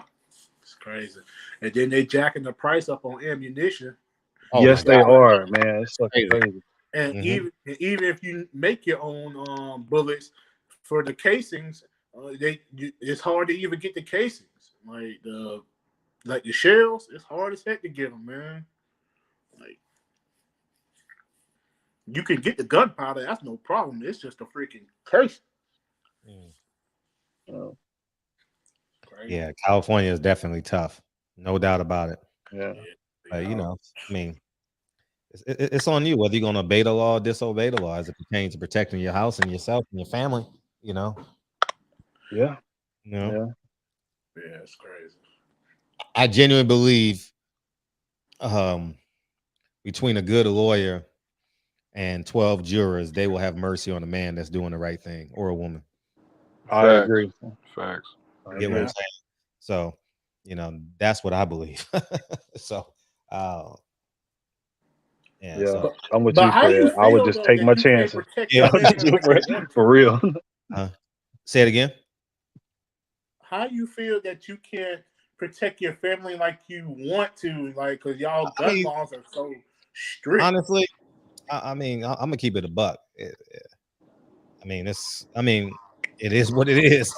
You know, y'all ain't worse than New York's, right? Automatic 5 years or 3 years. No, California is no. New York is worse. Yeah. In New York, like you get an automatic 3 years. Yeah, Plexico shot himself, and he's like, "You got to do that mandatory, bro. We don't give a damn." Yeah, Plexico Burrs did the mandatory. Yep, that's crazy. And it's automatic. The man shot himself. Then Aqib Talib, he shoot himself in Texas, right? And then his brother go smoke the coach at the football shit. Like he's like, God damn.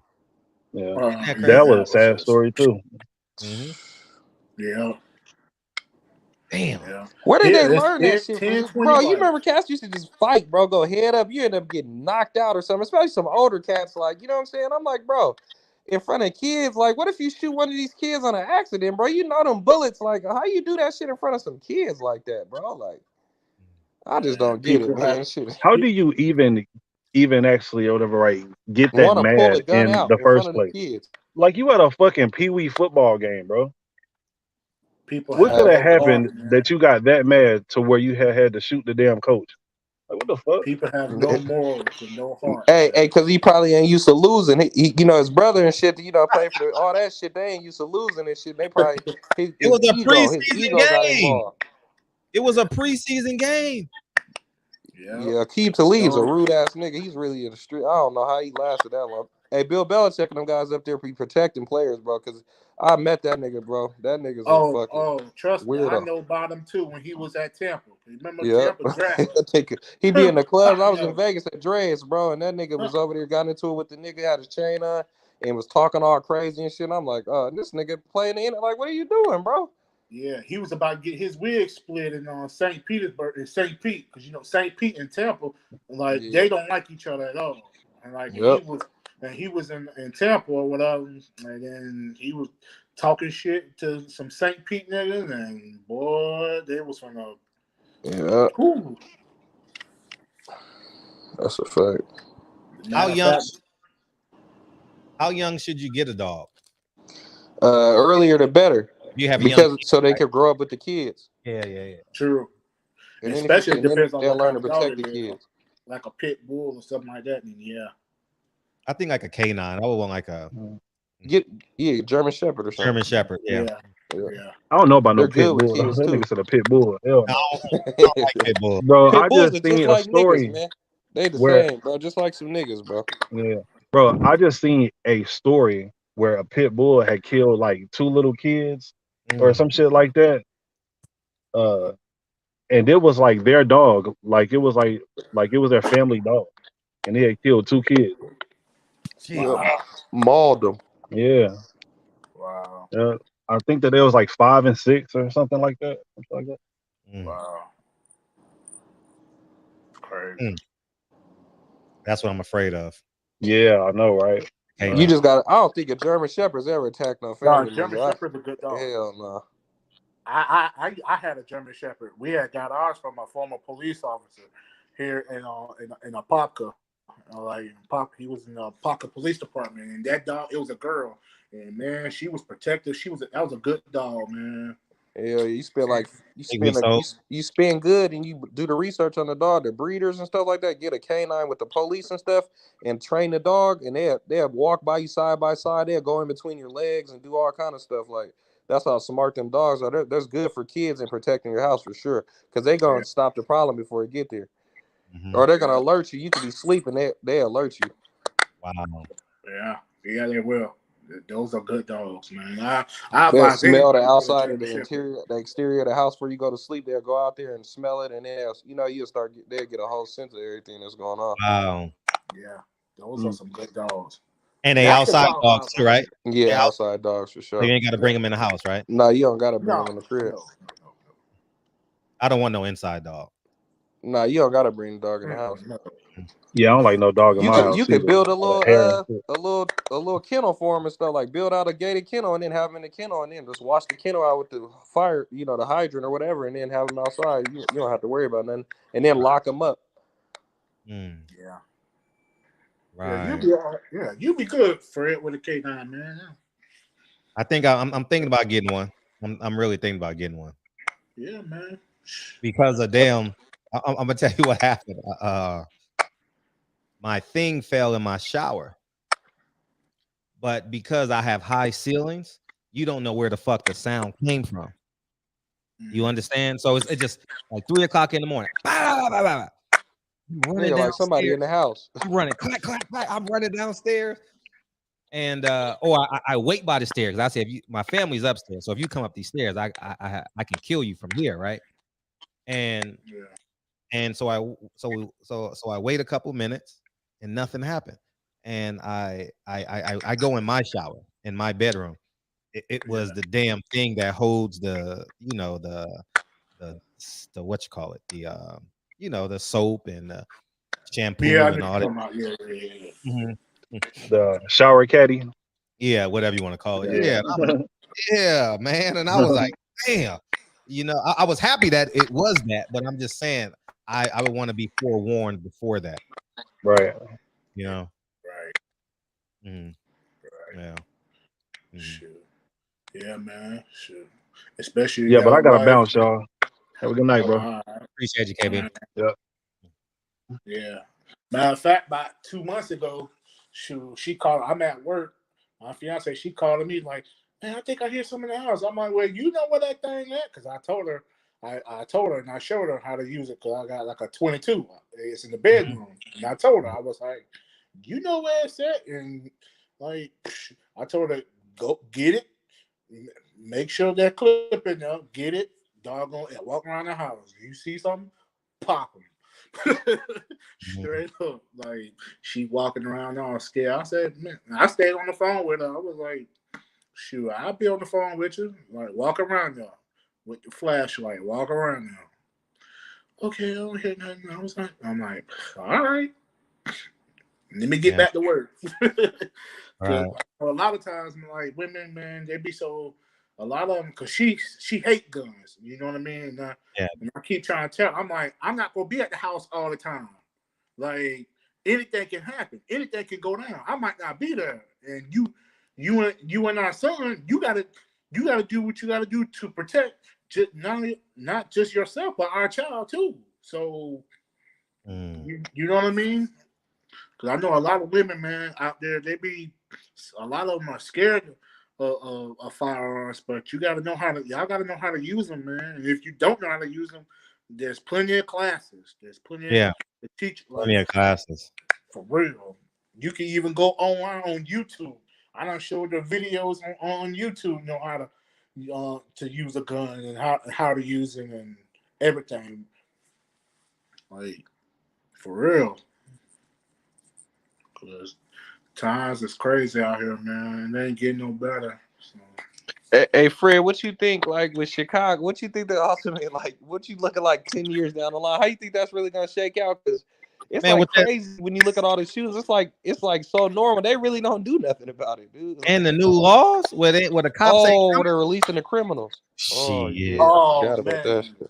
Are they really doing that? I wouldn't want to live in Indiana. What else? Illinois. What else? That's Illinois. Yeah, Illinois. No, Illinois. Indiana, Chicago. What else is over there? Something else over there. Milwaukee, Ohio, Wisconsin, Ohio. Man, fuck all, because that shit gonna trickle down. And Memphis. Memphis is over in there too. Man, I ain't fucking with none of that shit, man. Leave, man. How you gonna let a niggas with attempted murder out on bail? They can talk. You see, they're already doing that, and they seeing what's going on. Like they're out here, there gonna be people out here that done kill kids and shit right back on the streets. Man, that ain't nothing but a martial law. That's all it really is, man. Well, they gonna force them to come in. They're gonna force them to come in. I mean, Donald Trump said we need to have martial law, and they're like, no. Let's wait till next weekend after we shoot 50 more. And then somebody could kill somebody, then the only thing they can do is give them a ticket. Really? Yeah. The city of Chicago was insane, man. Like, man, I don't understand. It's crazy, bro. It never seems since I've been smart enough to pay attention. Every 3-day weekend, Chicago, and niggas still think Democrats is the answer. I mean, at the end of the day, I'm not an advocate for Republican or Democrat, but I mean, if the shit don't work over here, how about you try the other side? That's a fact. Every state that you said, Democrat, Portland, Seattle, fucking Cali, fucking Chicago, that shit is all in ruins, bro. And then you got all these expensive neighborhoods and shit like that. You go buy your dream house, you can't even get protected. These niggas is, you get what I'm saying? And you guys is over there running with the Democrats. Some motherfuckers ain't did nothing for nobody, bro. Right. He passed the marijuana law. That didn't do shit. That was just a hoax. That didn't stop the people that's really in jail right now to get out and shit like that. Like, I'm like, this dude's a clown. Brittany Griner over there, I get what she did. That was stupid on her end. Like, that was dumb what she did. But like, come on, bro. At least fight a little more. Nah, it's sheesh. It's bad. Yeah, it's. They ran that. They ran that whole play. You was calling it though, Fred. You was saying that this is all a play. Like they made all them people do that Black Lives Matter. They didn't touch a dime of that. They ran that whole course. Everybody's sitting in the house, and now everybody's out here marching. But all the people that was marching was the white people. And then you guys ran for the black vice president and went and ran and put your polls in. And then half the people that voted, they moms and grandmas and shit mailed in the kids' ballots and shit like that. The kids don't even be voting and shit. It be the grandparents and shit like that taking the ballots and voting for the kids, voting Democrat. My grandparents was Democrats for their whole life. Like, I don't even understand. Them people are crooks. Nah, you're right, man. It's man, we know the answer, but we just won't enact on it, man. Exactly. You know, people just sit there and just take the shit and say it's okay. It's not okay. Hey, it's crazy. They say that shit all the time, don't they? It's gonna be okay. Nah, this shit ain't gonna be okay. Like, and if you ain't went through it, then don't tell me this shit's okay. Nah, this shit ain't gonna be okay. Like, and that's what everybody keep running with. We need to heal this. Nah, bro, this motherfucker's kid. Everybody that dies got a mom and dad or a kid or something. Like, nah, this shit ain't okay, bro. Like, people don't get over that shit, and then everybody just program it's gonna be okay. When it murder become normal, like, and we supposed to just accept that shit. I don't understand that part. Man, they have normalized murder. Think about that shit. Yep, they normalized it. Now we just stepping over dead bodies. It's good. Yep. Just zip them up and put them in there like the COVID. You know how they was throwing the bodies in the trailers and shit. Yeah. Facts, man. And we just, man, we just waiting on a white man to kill us, man.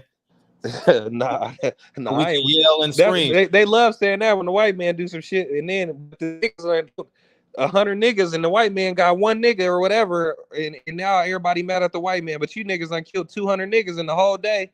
Your cousin done killed everybody, and you ain't mad at them. They just, oh, we supposed to just hold candlelight vigils and everybody cry. Nah, fuck that, bro. You niggas is crazy. Yeah, it's painful, man. Like you just uprooted in a whole entire generation, man. Facts. And two, depending on how how those three beautiful kids react, man. Man, you don't know how they gonna react. No. You know what I'm saying? And then you got to think too. If you're the wife, if you got the wife, you have a wife. You're young. You're like 32, right? You got 3 kids. The mom and the wife don't see eye to eye like that. The sisters don't see eye to eye with the wife or whatever. Now you the one holding everything together. You know what I'm saying? Running the business and stuff like that. You got all the money. You done raised all the money and everything like that. Now the whole generation, all the things that you were fighting for your great grandfather, generational, you know, stuff like that is all ruined because of somebody else. Now it's gonna take somebody like your friend, like me, or something to come in and try to do the best part. You know what I mean? The best you can do, but like you can only do so much. You know what I'm saying? So it's just like, bro, people don't really think about that type of stuff. That's why when people talk about the white man and all that, nah, bro, like that don't matter. And then it's like financial literacy, right? Like I say, like if he's 32 and now these kids and they got mortgages and payments and stuff like that, like that's a whole side of income that done just lost the side of income to be able to keep the houses and stuff like that, because you're the first generation to be able to come for money or something like that. Now that shit's ruined. Now everybody got to start back over. Right. And that's the key, because we erected from adverse circumstances. So it took us 3 or 4 generations to get into out this of the space. hole. Yes. And then now somebody's one bad decision can fuck the whole 3 generations that you created well for because of money or greed or anything like that. You know what I'm saying? Yeah.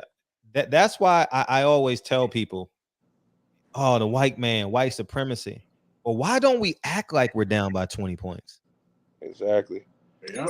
I mean, you going out every fucking weekend, you partying, you fucking, you sucking, you drinking, you drunk, you this, but you living like you up by 20. Bro, they celebrating every motherfucking night, bro. You be like, especially these females and these dudes. I'm like, bro, you that insecure? I'm like, how the fuck you fucking celebrating? You can have $1 million in your pocket right now. I'm still not going out every fucking day and celebrating with a whole bunch of people that don't give a fuck about my family, bro. Yeah. Monday night football, Taco Tuesday, baby shower Wednesday, R&B Wednesdays, R&B Wednesday, yeah. Thirsty Thursdays, Freaky Fridays, Seduction Saturdays. You know how this shit goes. Yeah, man. And then you call the man or the woman fat. I ain't fat, nigga. You fat. You party and you eat French fries every fucking day. Fred, I played sports my whole life. I was a $180, bro, before COVID, bro. I ain't gonna lie. Sitting in the house, I gained like 25 pounds. Like not the gyms wasn't open in Seattle. Like no activity, bro. And I had to get back in shape, bro, because that shit that's mental health too, bro. If you got all that weight on and all that shit, bro, that shit affects how you be thinking and what you do and how you react. And like, and black people got to understand that shit too. Like that shit, what you put in your body is serious on how your mind thinks and how it operates, bro. And how you feel about yourself. Exactly. You project how you feel about yourself in every action in your life, mental, physical. It projects who you are. Spiritual, yeah, absolutely. And that's why I always knew there's one place where I could win, and that's in the gym. You know, whether it was lifting weights, whether it was running the miles, whether it was playing basketball, whatever it is, the gym is the only place where there's 100% rate where I'm going to be successful. That's a fact. You mentally know? And physically. Yeah. And sometimes you go to the gym because you're excited, but when all that excitement wears off, you got to make sure that that shit is a habit, that that shit is a part of your discipline package. You know, like you gotta go to the bathroom, man. That's that you and him moment with Yeah, yourself and yourself yeah, in that gym. You get in that weight and them weights in that cardio machine. Like, right. okay, I got 2 miles. I got to do that. I don't feel like doing it. Come on, you start talking to yourself. Yeah, That's building mental Yeah. toughness and shit like yeah. that. You don't That is understand it. mental toughness. So That then when is. somebody come fucking with you, you be like, bro, this clown, I'm not even finna let this dude. This is adverse. You know what I'm saying? Like, I'm not even finna even entertain this shit like that. He can't even get me out of my element. But when you all miserable about yourself and upset and emotional and angry, that's when you make bad decisions. True. Terrible decisions. Yeah. Make terrible decisions, man. And I give you an example of what happened to me literally last week. So I'm going through a 2-lane street that's only there, but there's a car that's double parked, right? Mhm. And I'm waving at the guy. I'm like, if you get over, I can go, right? But he just kept on coming at me. And now we're stuck, right? Yep. And I just back up and let the man go. Yep. Like, Because I'm not, yeah. Yep. I'm not, you won. You won. I don't give a, you can have anything you want. That was his goal for the day. Like, I'm going, that you can have that victory. You know what I You mean? got Like, it, bro. you Yep. got it, bro. You got it. bro. You Yep. got it. And I Yep. had the kids in the car too. We're coming from school, you know. Yep. And but I said, you got it, dog. You got it. It's all you, man. Yeah, man, because you don't want to end up like that movie with Russell Crowe. What was that movie with Russell Crowe? He was what was the name of that movie? Somebody y'all know the movie I'm talking about when that same situation you just explained. Somebody cut him off and he got pissed off and mad. And then they do that every day. They killing people on road rage attacks. then And he then, got Fred, it's kicked. like this. If you don't react that way, and the dude do something, you got the kids in there. The kids might witness you protecting my family, and then doing something to the dude, or he doing something. Now nobody wins. Everybody's traumatized. The kids ain't never gonna forget that. You get what I'm saying? Like, it's just diffusing situations. Yeah. The kids will never forget it. Yep. Never. And we also got to understand these hills that society done put that, oh, you need to die on this hill. You need to be tough. You need to be gangster. You that street credit. What hill? Like I'm not dying on that hill. Nah. I'm not dying on that at all. And that's what we just said about my boy, my best friend, bro. He said you went out like all these people, the same people, all the people. You got 300 people in front of this postman stuff. I'm looking at people. I said, and I'm mad because I'm like, bro, fuck these niggas. Like, bro, fuck them all. I'm like, bro, you died, bro. I just lost, bro. You died. What is this shit, bro? You died a hero on this platform, and what you built, bro. This shit don't mean shit. Like, you died a hero to these motherfuckers. Like, just like you said, bro. Like, I'm not dying. I'm not going out, bro. Like, if I can have my choice, I'm not going out no hero, or I'm not dying on you guys' terms, or he was a good man and all that. Nah, fuck that, bro. You guys ain't murdering me like that, bro. Like, I'm not going out on you guys' terms. Nah, you're right. I agree. Because we done seen the examples already. Yep. And Nipsey shit done died down. That his family still shit gotta raise this shit, bro. Like, you know what I'm saying? Yeah, but they'll never eat like that. His grandma just passed 2 days ago. Exactly. But they'll never eat like that again. The community will never eat like that again. Nope. Like, you just fucking dried up a literally water source. And they do it every time. And then they be get mad. They be like, why don't you use your resource? I mean, I did concerts, bro. I did Nipsey Hussle concerts. They had it, bro, everywhere. I did it like I was doing. Oh, I saw that one. I saw that one. That one that's on the internet. Yeah. So I saw that one. I watched that one. Yeah. So you do all this stuff, like, you know what I'm saying? You do all this stuff for this, like all this, and then people stealing money out the door. You got all kind of this slick shit going on, and all this snake shit going on. You be like, bro, you look at this shit, and then you're gonna be the fall guy either way it go. You're like, bro, I'm not doing nothing for these niggas. You're like, right.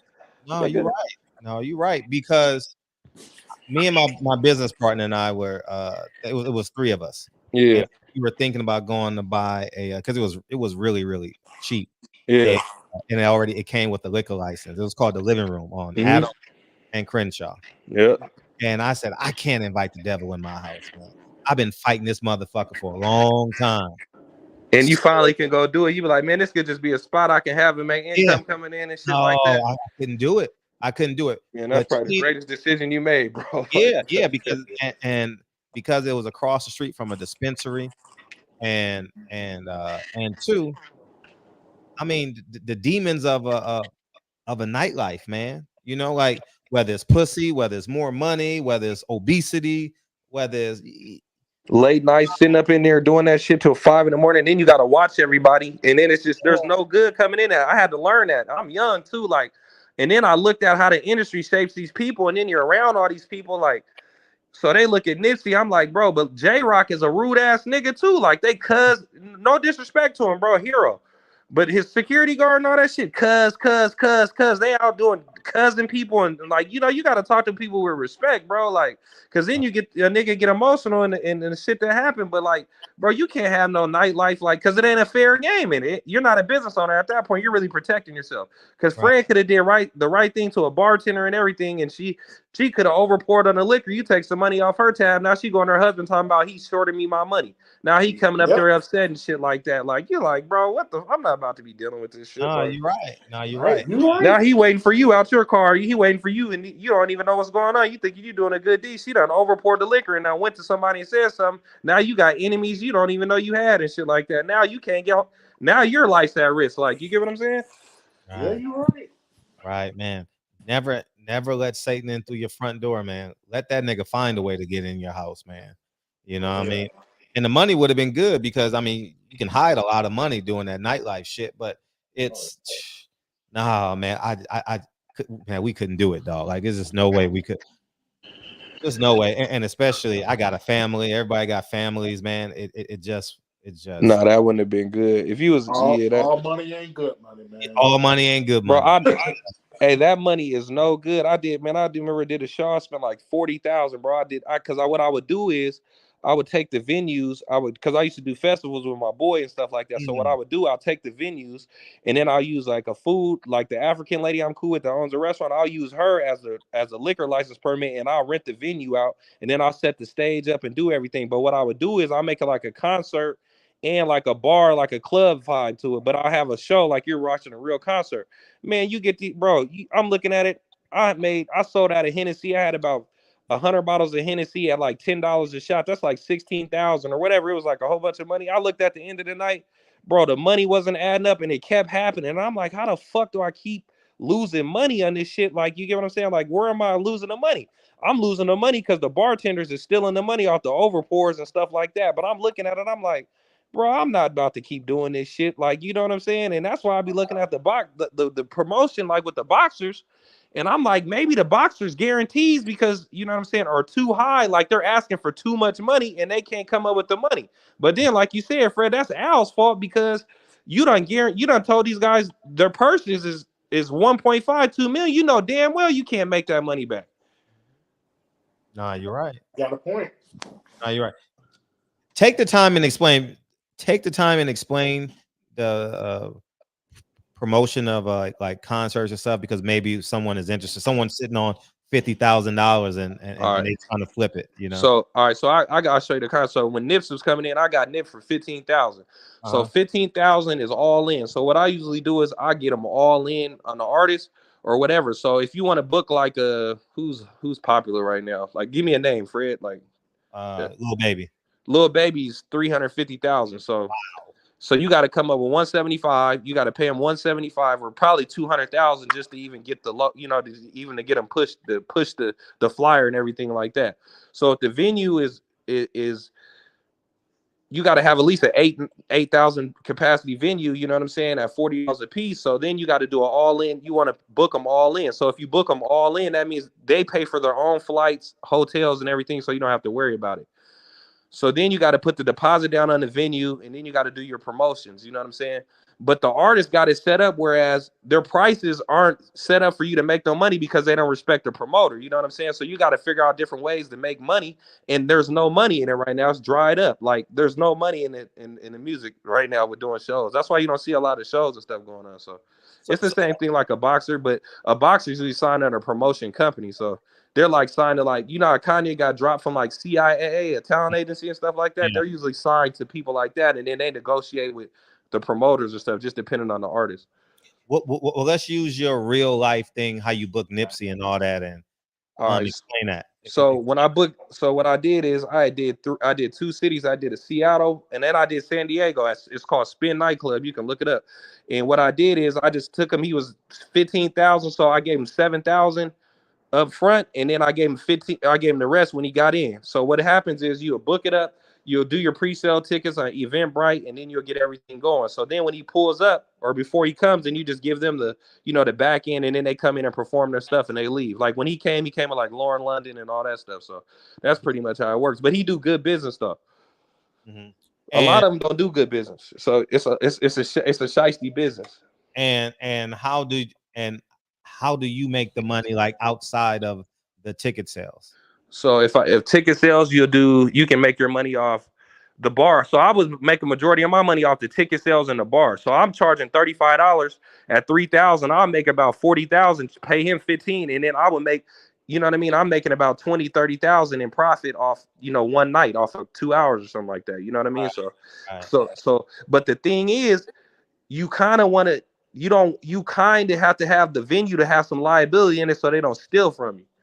So it's shady business. You can get jacked anywhere. Like you remember how you said you can just go to this floor. You go to a fight and you can get floor seat. You get what I'm saying? Like I'm paying for this and that. That's costing somebody. No disrespect, but that's peeling into somebody's pocket. So right. So how would you want them to have liability? Having skin in the game, having some money up with it. So I say, I'm coming. I'm bringing this to the table. This is what I'm bringing. I'm putting the money up, but you guys got to come in with the liquor or split me 50-50 on the liquor or something. You know what I mean? Usually that's what I'll do because I can control the ticket sales with the security in the door. But I had a venue go 50-50 with me on the liquor so they don't rob me for the liquor. And I could use their workers without robbing me. You know what I'm saying? So that's how you really want to do it. But it's scarce, man. It's real shady. Wow. Got you. But I know some people are like, man, I don't want to risk my life, and they sitting on 50,000. You know what I mean? And man, if I had 50K to do it, I would take 50,000. I would do club shows. Like I would do hosting first. Like I would get cool with like a local place if I was really into it and stuff, and then I would relationship with like a popular venue and say, hey, I can bring this guy in, and then I would build my bankroll up. I wouldn't just go spend 30,000 if I don't know what I'm doing for an artist, because you're gonna get burnt 98% of the time. Really? Yeah, it's shady. Have you had artists cancel on you? Yeah, for sure. Yeah, I had artists cancel, but like I said, I only deal like I did OT Genesis. I do Pretty Ricky. I did a whole lot of shows, Meek Mill, Tory Lanez, and all that stuff. Usually the guys that you deal with, I usually deal with the same booking people. It's Snoop Dogg's manager, so it's his name. So I use him, and then I'll build a relationship off the people that I already did good business with. I don't go out and be like, okay, I gotta call him, and I don't know him. I won't deal business with him, so I don't get scammed, because there's a lot of scamming going on. And then if an artist get killed, then I don't try to book heavy or like gangster rap artists, because then the venue get killed, and then the artist might fuck around and get killed. Now you got to sue them to get your money back. Damn. Yeah. Because you pay a deposit, like somebody like a, you know what I mean, like a Nipsey, you got a deposit for a show or something for like 60,000 or something like that. You done gave the nigga 30,000. You look up in the news, he dead. It's no disrespect, but you're like, bro, I got to get my 30,000 back. Like, I know he's dead, but how the hell I get my money back? That's the, that's the shicey part of the business. Right. But it's lucrative if you can get it in motion, though. It works, but you gotta build really gotta build a trustworthy team, and you can make money with it for sure. Like there's money. I'm gonna do it. I'm gonna get back into it next in the spring. Like once everything, you know what I mean, gets back, you know what I mean, back rolling. But when they cycle out the gangster shit, bro, when they cycle out this hip hop shit and stop doing the hip hop and circle it out to R&B, that's when I'll start getting back into it. Yeah, because I want to do like an R&B show. Like, I do like Eric Bellinger, like he's from Cali and stuff. That's one of my right hand mans and stuff. Like so, I do him. I do like Dom Kennedy and all them guys and stuff like that. They do good. Genuine, I did Genuine before Case. I'm cool with Case, so them guys are good for shows for like mature crowds and stuff like that. You know what I'm saying? Yeah. Yeah. And the ticket sales do good typically. 30, 40. You get 40 a wop, 40 a ticket. 40 a ticket times 3,000 people, right? Yeah, do the math. You know what I'm saying? How much is the venue typically for a 3,000 person arena in Seattle? About 6,000 or something like that. Just depends. 1,000. Nah, that's a win. Yeah, that's a win for sure. Yeah, that's a win. Because you can rent the halls out. Honestly, what I do is I really like doing this. I'll rent the event space out, and then I'll have the people come in. I'll pay them $5-6 grand, the sound people, and I have them build the stage out with the sound and stuff like that, and pay them a flat fee. So they'll come in and then they'll decorate the spot like I do, and then I'll use like court furniture, have them build a VIP booth, and I'll set it up the way I want to, and then the next day they come in and take it out. So I'm in and out with it. You know what I'm saying? Like that's the smarter way to do it.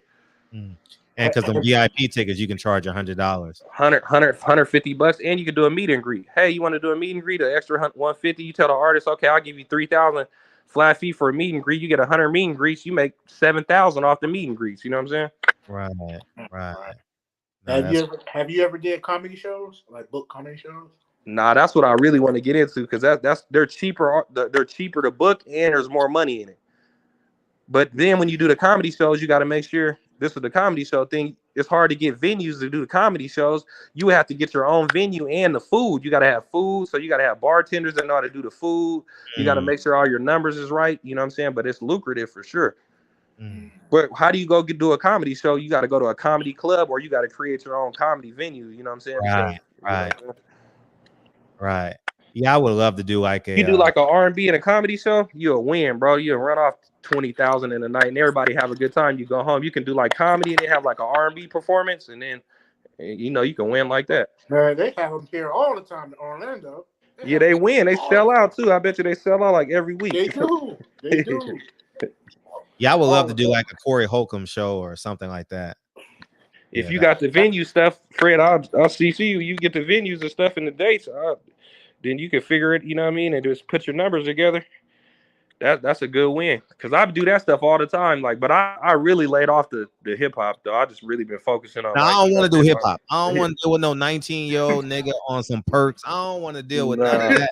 Them niggas is liabilities. I want to deal with the niggas that's taking their girl out. They've been working all week. They cleaned their nails. She got her nails done. The nigga done cleaned his nails. He works on cars all week. He's a carpenter. He just want to have a real good time just right now. Have a real good time, man. Yeah. That's kind of what I would want to give that a shot. Like, take a stab at it one time. You know, I don't want to deal with no Meek Mills or none of that shit. Nah. I want you could do the comedy like with the comedy and the R&B, like Case and all that stuff, like them old school cats. They sell out, bro. All them ladies be ready to come out and you know what I'm saying, and have a good time. Yeah, matter of fact, they just had one here on last week. Like Life Jennings or something like that. Yeah, Life Jennings. He won 30K though. That's a lot. Yeah, that's what I'm trying to tell you. That's how them boxers are, bro. You be trying to Life Jennings. I inquired about because I was about to book Life Jennings. And I ended up booking Case, but Life Jennings, I was like, bro, I'm not about to pay. He's like, I'll do it for 25 for a whole show. I'm like, bro, I can't. I'm not paying 25, bro. Like, you can't do that, man. Yeah, you better go get on that boat. You see, but look, the successful all you got to do is how you monitor it. Just like you said, a boxer, an active fighter that's always active, except in lower pay, just to keep his keep his reps going and stay in the ring. The high end fighters and stuff like that, just like musicians, a lot of people that ain't doing the shows that are old school because they trying to overprice. But if you go get your 20s and 15s and you do that 3 times a night, do your meet and greets, it's still calculated up to the same thing. Yeah. How about like Donnell Jones? Great, he's a win for sure. Really? Yeah. Yeah, we're gonna have to connect somehow, some way. I would love to do something in LA in the spring and give it a shot. You know, I'll throw 20,000 at the wall. Yeah, I'll go with it. Like if you got the venue and it makes sense, like you know what I'm saying, then I'll do it with you for sure. Yeah, let's try. And then I'll shoot you some contracts. I got contracts like Nipsey. I'll shoot you those so you can look at them and see how they, you know what I'm saying, so you can see what they look like. Yeah, because I would love to do something like that for grown people, man. You know. Because they need it, bro. It's needed right now, bro. Yeah, and you just want to be safe, man. You don't want none of that bullshit. Honestly, I ain't gonna lie. I don't care if you Mexican, Asian. I don't even want to sit next to a 19-year-old. Facts.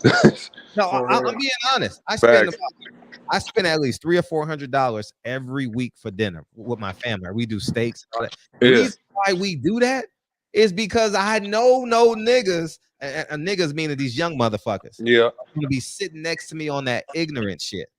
Yeah. You understand what I'm saying? Yep. So, and I do that for safety for my family too. Yep. You know, I rather pay the valet and $300 or $100 steak just to be safe. You have to. Yeah, Because these motherfuckers, bro, the way they operate is self-hate, bro, at an all-time high. Like, they get jealous of you just being black and just happy. Like, you smiling, eating and shit. Like, you park your car in valet, cool and shit, and you at the wrong spot. They looking at you mad and shit. Look at this mother. Like, what the fuck? Like, when did that shit start becoming normal? Like, what are you talking? And then it's like, you guys come to the shows, like with the hip-hop shows. I'm looking at this shit. I said, bro, out of all these girls in this motherfucker, I got this place filled up with women. I ain't never had no shootings at my shows, but I'm like, bro, go get you one of these girls or something, bro, and take one of these females home, bro. These girls got these skirts. They're having a good time. You got liquor in here. Like, go have fun. Why you niggas want to shoot the spot up? Like, I don't get it. I don't even want them niggas. I don't even want them buying my tickets. I'd rather take a loss than these niggas. Yeah, them hey, you niggas need to stay at home, bro. Like, stay the fuck away from me. Oh, he's a racist, nigga. Fuck you. Stay away, bro. You're a problem. Yeah, I'm being honest, man. I'm being seriously honest. So, yeah, but I definitely would like to do something like that, man, because I'm not doing a movie this year, I don't think. Because the project I want to do is just 2 incumbents. So I think I need 2 years to do it, or at least a year and a half. Because I just moved too, and it took 6.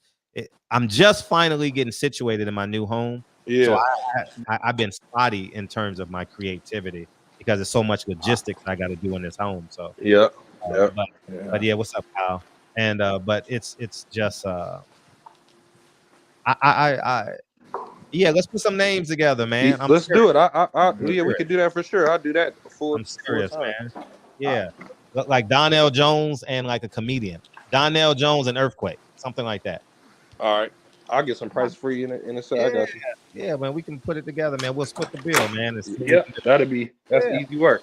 Yeah. My boy that I do it be out of river. I be out there all the time. Like that's why I be knowing like you know that guy, you know, Whack 100 and stuff like that. Yeah, like, I know of him. I don't know him. Yeah, bro. You gotta watch out for like you hear what he said. He do shit like this. He'll come in there and you'll have the game for like, I remember the game was charging like 40,000, bro. Yeah. He'll charge you 40,000, come to a contractual agreement to it, and then it'll be sold out. And he'd be like, "Nah, we need another 10,000 or we ain't performing." Shit like that. Yeah, like janky ass shit. You gotta, yeah, bro. You gotta put that in a contract. Like, you gotta be direct. No, it ain't no contract when a nigga show up with 8 bodyguards and ain't no contract. Oh, damn. Yeah, you got 3,000 people in there. But I don't want Game. I don't want them Bloods. Nah. Yeah. Game was performing. I've never been to a Game concert. Yeah. Nah, I'm not taking that chance. Nah, this was like 16.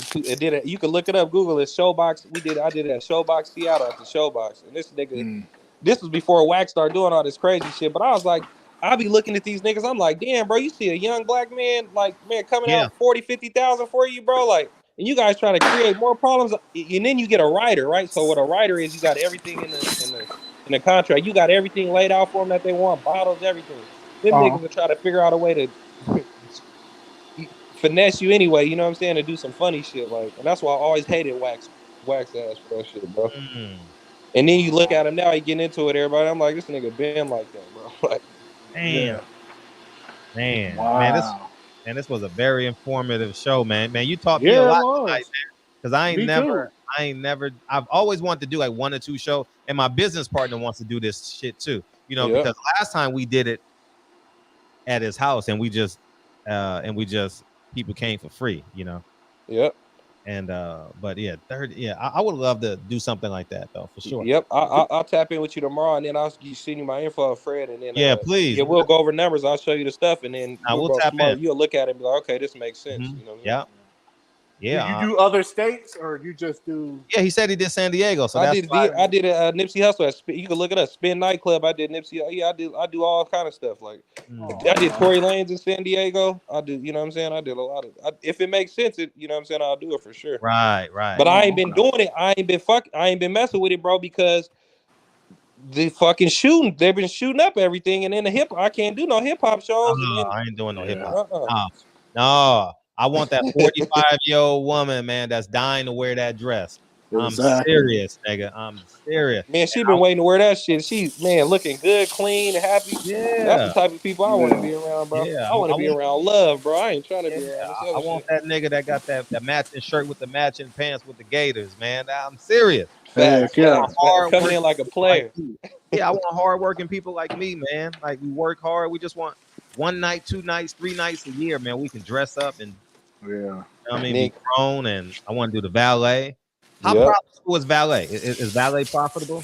Yeah, for sure. You just got to tip your valet drivers, but it's money in every single loop of it. You get what I'm saying? Like Right. you can even if it's right though, and you got like if you know a local owned business or something, you be creative. You're like, man, we doing a meet and greet or a signing or something like this at this spot with shirts or something, and then have the artist go there or something like that, and just there's money in it everywhere. Right. No, Yeah. But you got to do it. You got to do R&B and comedy, like comedy stuff. If you correlate those two, it ain't nothing gonna stop it. Yeah. Because I was already thinking about I was already on that. Yeah. But R&B's been kind of dead because ain't nobody, all the shit that's been going on. So now that you just gotta look and see if it makes sense. But a comedy and R&B, and then you get the food and the liquor, bro. You get in there 2 nights, and then what's gonna happen is it's gonna sell out before you even open up shop. So all you got to do is execute the plan. So you just got to watch your workers and make sure nobody steal from you. You know what I'm saying? That's the most important part of it all. Yeah. The play's going to work, but it's just about people stealing from you, bro. That's the thing. Yeah, I think Donnell Jones is a win. Yep, for sure. Yep, I'll get his prices. I'll hit him up, and then I'll tap in with you tomorrow, Fred. And I'll have some prices. Pretty much any old school like R&B dudes a win, man. Really? How do you do the under artists? So you put in, you could put in like local artists or something like that. If you got relationships or something, you make them pay for a slot. You got a 10-minute slot for like $2,000 or $1,000 or $500 or something like that, and you let them go super early before the people start going in, and then they help you build the tickets out. You like, I'll give you this price if you sell this amount of tickets or something like that. You know what I'm saying? You just be creative with it. Okay, got you. I understand.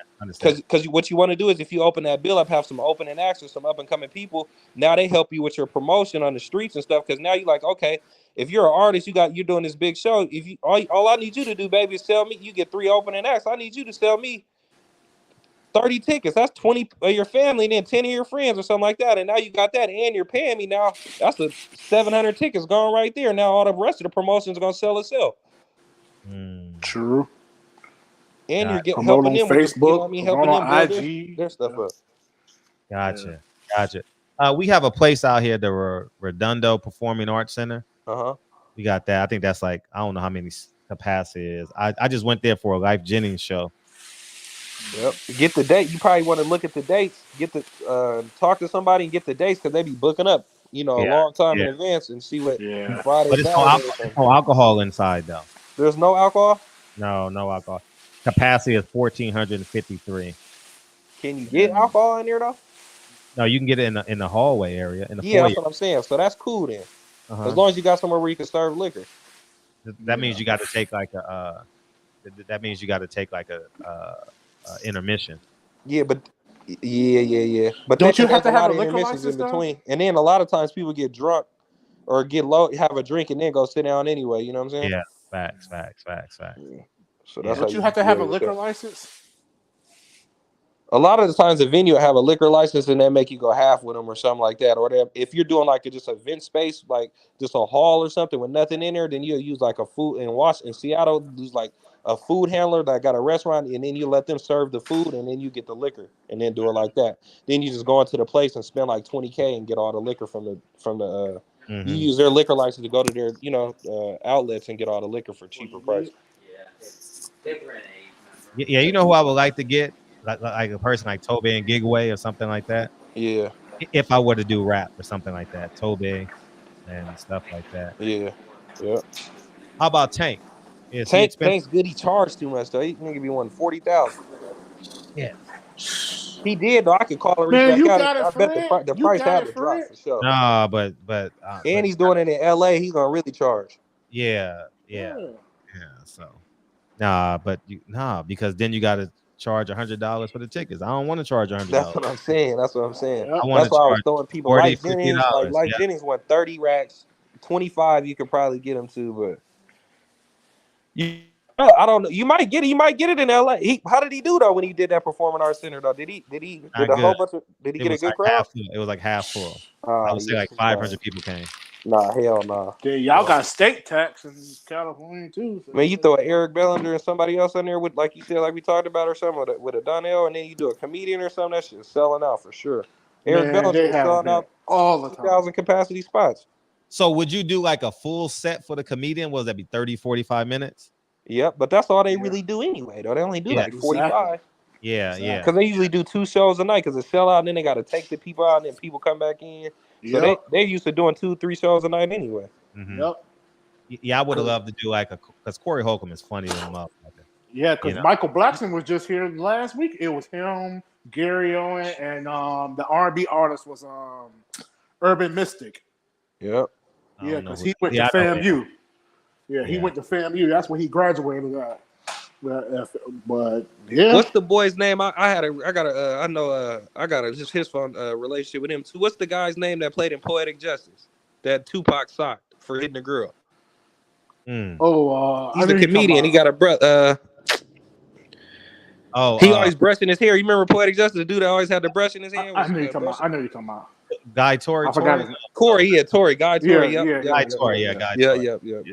Yeah, Tory. Yeah. Joe Tory. Yep. Guy Tory and Joe Tory. Yeah. So Joe, he got a lot of the comedians too. I'll be tapping it, and then he's the direct source. So I usually use him and stuff. You get like Country Wayne, and then like Country Wayne always do good and stuff like that. But he always Fred, you know the demographic, bro. We'll figure it out. I'm excited. No, I'm definitely. Hey, what's up, Sal? What you got? Oh, I was muted. Hello? Hey, what's up, man? Hey, what's going on, guys? Hey, I just saw the title and everything. Hey, but first of all, thank you for that shout out. I appreciate that. Oh, that's I just saw that like an hour ago, and I'm like, I appreciate that. Oh, that's love, man. You inspired a lot of people last night, and when you came in before. Yeah, and I hope everyone else does it because it's just really good to be able to motivate yourself, and once you get to that, it just feels good. It's not hard, guys. You just gotta be focused and not give up, and it's not as hard as you think. Like just because I did it, or just because Fred is like on top of it, like it just takes self-discipline. It's not the hardest thing in the world. There's harder things than that, but it's something you just gotta strive for. But as far as the title, man, that's why I don't even like watching the news. Like, I don't really like watching the news because you see stuff like that and it's depressing. Like, I have 2 kids and I can't imagine, like, I can't imagine anyone in my family getting hurt like that. Like, it just, like, I don't like watching the news at all because of that. Like, it just, I know it happens, but it's like, it's tough to like see that because then like, I put myself in that spot. Like, how would I feel? That was my house, like, but damn, it's really sad to hear about that. He's only 8. He doesn't know anything. He's got to deal with that and die from it.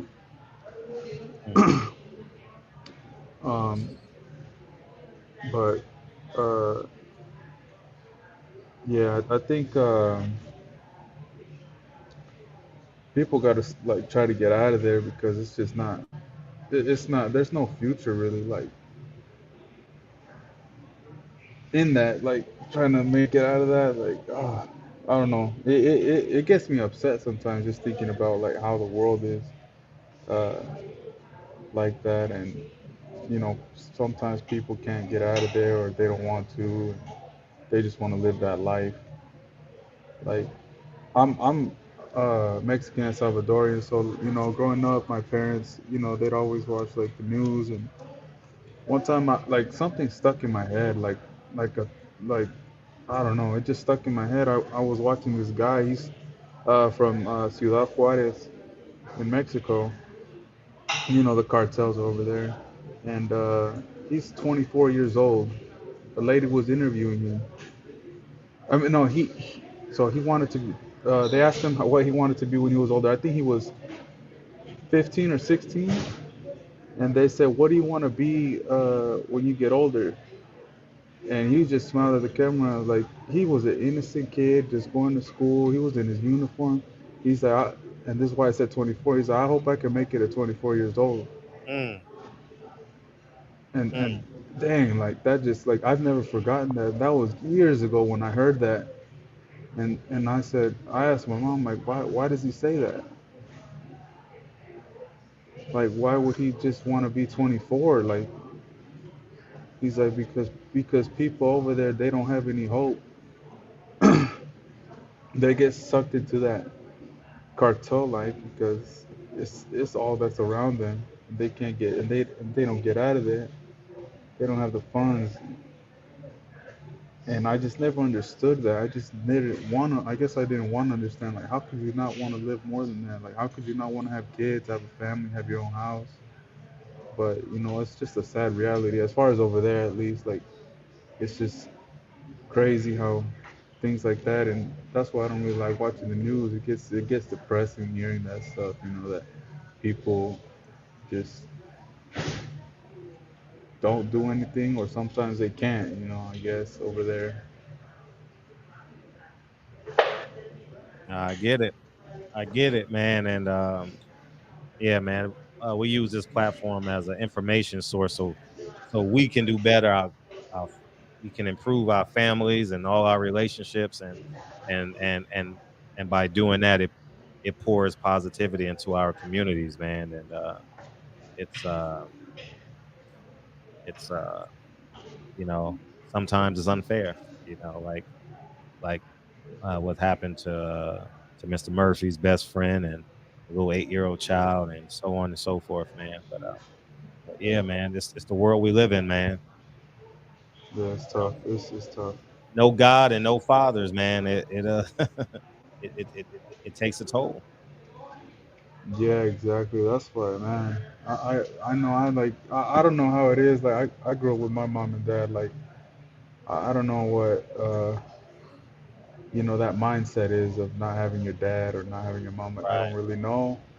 Like I'm not I didn't grow up like rich or anything. Like we could live comfortably, but right, like I knew who to look to and who would guide me if I had good morals. So I'm just instilling those morals into my kids too now.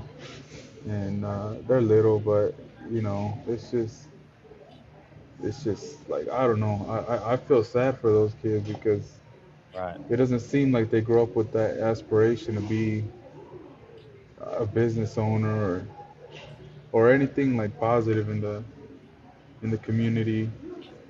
And yeah, it's really sad. So yeah, the news ain't something that I get my news from you. Like that's how I hear it because I don't like really hearing it. Like it's too depressing for me. I get it. No, it is. I couldn't agree with you more. Give your closing remark. You always come in at the end. Give your closing Yeah. remark. Nah, yeah, man. Keep it up, man. All the stuff you keep saying, man, just keep it up, man. You guys, it's not hard, as far as losing weight. If you guys really want to do it, it's easy. It's not hard. You think it's hard, but it's not.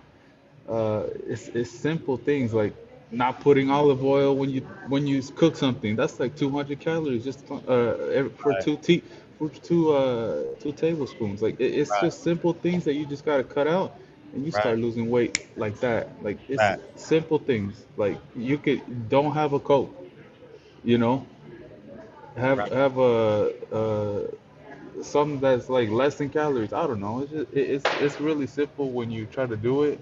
right. Just hopefully everybody actually does it though. It's something that'll benefit you. I'm running around with my kids. Mhm. I can play with them. I don't know. Like you keep saying, like people like you can't even run with your kids and play. Like I can't imagine that. I don't know how that would be, Right, and I wouldn't want to live like that. That just doesn't right. seem like my kind of life. So hopefully everybody does that. But yeah, all right. Have a good night, guys. All right. I appreciate you coming through. All right. All right, all the Take it time, easy. man. All right, Fred. I'll holler at you No, tomorrow. man. No, I want to say thank you, man. You was a great source of strength and a great source of like entrepreneurship tonight, man. Because you really gave me the blueprint, because I'm dead ass serious about wanting to do like a show and sometime in the spring before the end of the year. Yep, we could do it though, Fred, for sure. That's the I know that stuff. So you'll look at it too when we'll chop it up more, and you'll look at it and you'll look at it. Okay, that makes sense. Mhm. It'll all click. You know what I'm saying? It all makes sense. So Yeah, no, yeah, I just did it off experience. I'm a young cat too, so I just be going off everything I experienced myself and stuff like that. So I just be trying to give the information. Yeah, and on behalf of the barbershop, man, condolences, man. Yeah, for sure, man. I appreciate it for sure. Oh, But we talk about it all the time, and this shit really just happened. It nothing surprises me no more. You know what I'm saying? But I'm like, this is what, because we get people on the panel and stuff. They say, okay, well, like we was talking, like I remember, like last week, I think the first time I called in or something, he was like, well, what do we got to do as a community? I was like, how many generations we got to do where everybody's just gonna keep being the example, bro, and we ain't gonna get no breakthroughs. I'm not trying to be the example, like you say, bro. I'm not in this for trial and error. I'm in this to be successful and try to help people around me be successful. That's just like all your information. You like, man, I'm just trying to help these young boxers and, just give you information that you guys want to know to try to help you the best way possible. I'm not trying to shit on no black man, but when you put your own money up and you out here in the field and you do it, they would never understand how this shit goes. So, you know what I mean? That's why I be listening to you from afar. I understand exactly what he say, like, you know what I'm saying? And then it played out. Everything that you say plays out the same way because you've been in the field. You know how this shit goes behind the scenes, like the music industry shit. Like, people don't know because they're not in it. But you know what I mean? When you're looking at it, it's like, bro, there's more to life than what you really think it is. Like, and then, you know what I mean? Like, Al Haymon have been doing this shit with music and, you know what I mean? It's all correlates the same thing. No, you're right. You're absolutely right. So, yep, man, I appreciate you. And I'll holler at you tomorrow for sure. No, please do. Please do. Yep. All right, Fred. I appreciate you, dog. Yeah. Man, what up? Man, that is true, man. I appreciate you guys coming through tonight, man. Mex got off, so we'll do I guess we'll do it on Wednesday now. The stocks. So we'll do Wednesday. Because we got Cooking with the Champ tomorrow. So Mex will do Wednesday, man. And if you come in. But yeah, man, it's so important, man, that we have a source where we can have a financial source where we can protect our families. Without it, as they say, be on your pivot, man. East, west, north, south, east. You know what I mean? Understand your environment. And stop listening to these rappers, these gangbangers, these drug dealers, these pimps, these whoever else, man. Put your family in a safe space, man, where you feel safe. You can go to your car at 10 o'clock at night, and you can run to the grocery store, and so it's but this is really an epidemic, man. It's really an epidemic. 8-year-old kid shot in the head, man. Lincoln's 8 years old, man. Yeah, that shit be really. Woo. That shit really hit home. All the Lincoln friends are 8. All of them. Yeah, man. It was a great show, man. This was a hell of a show. It started with a lot of pain, but we, Peoples is back, man. Peoples be going on vacation, man. He be going to the Bahamas, Bermuda, Turks and Caicos, Cairo, Paris. Appreciate you, Peoples. Yeah, man. It's tough, man. Be fathers, man. Be fathers, man. Don't let that woman trick you. Don't let no other woman trick you. Don't let no little piece of pussy, man, ruin your family, man. I'm a man too. Don't through yourself, others, man. Don't sell your family out for a little piece of pussy, man. You know what I mean? Keeping it a buck, man. That little piece of pussy gonna cost your son 10 years of masculinity practice, you know. Your daughter, man, being protected for the next 10 years. You know what I mean? Because if you do, for that little piece of pussy, and I say this because he's the most popular guy I could think of, your daughter becomes Floyd Mayweather's daughter. And we don't want that. You know what I mean? We don't want her. You don't want your daughter being the 8th baby mama, 6th baby mama, the 8th child. You know what I mean? Yeah, man. Take care of your family, man. You know what I mean? You know what I mean? Take care of your family, man. Because I'm looking at the 8-year-old kid, man. 9 kids shot in Chicago, 51 shot. I'm willing to bet these perpetrators didn't have a father. I'm willing to bet 80% of them didn't have fathers. I bet that. I don't care what ethnicity they is. 80% of them didn't have fathers. I bet you. Love y'all, man.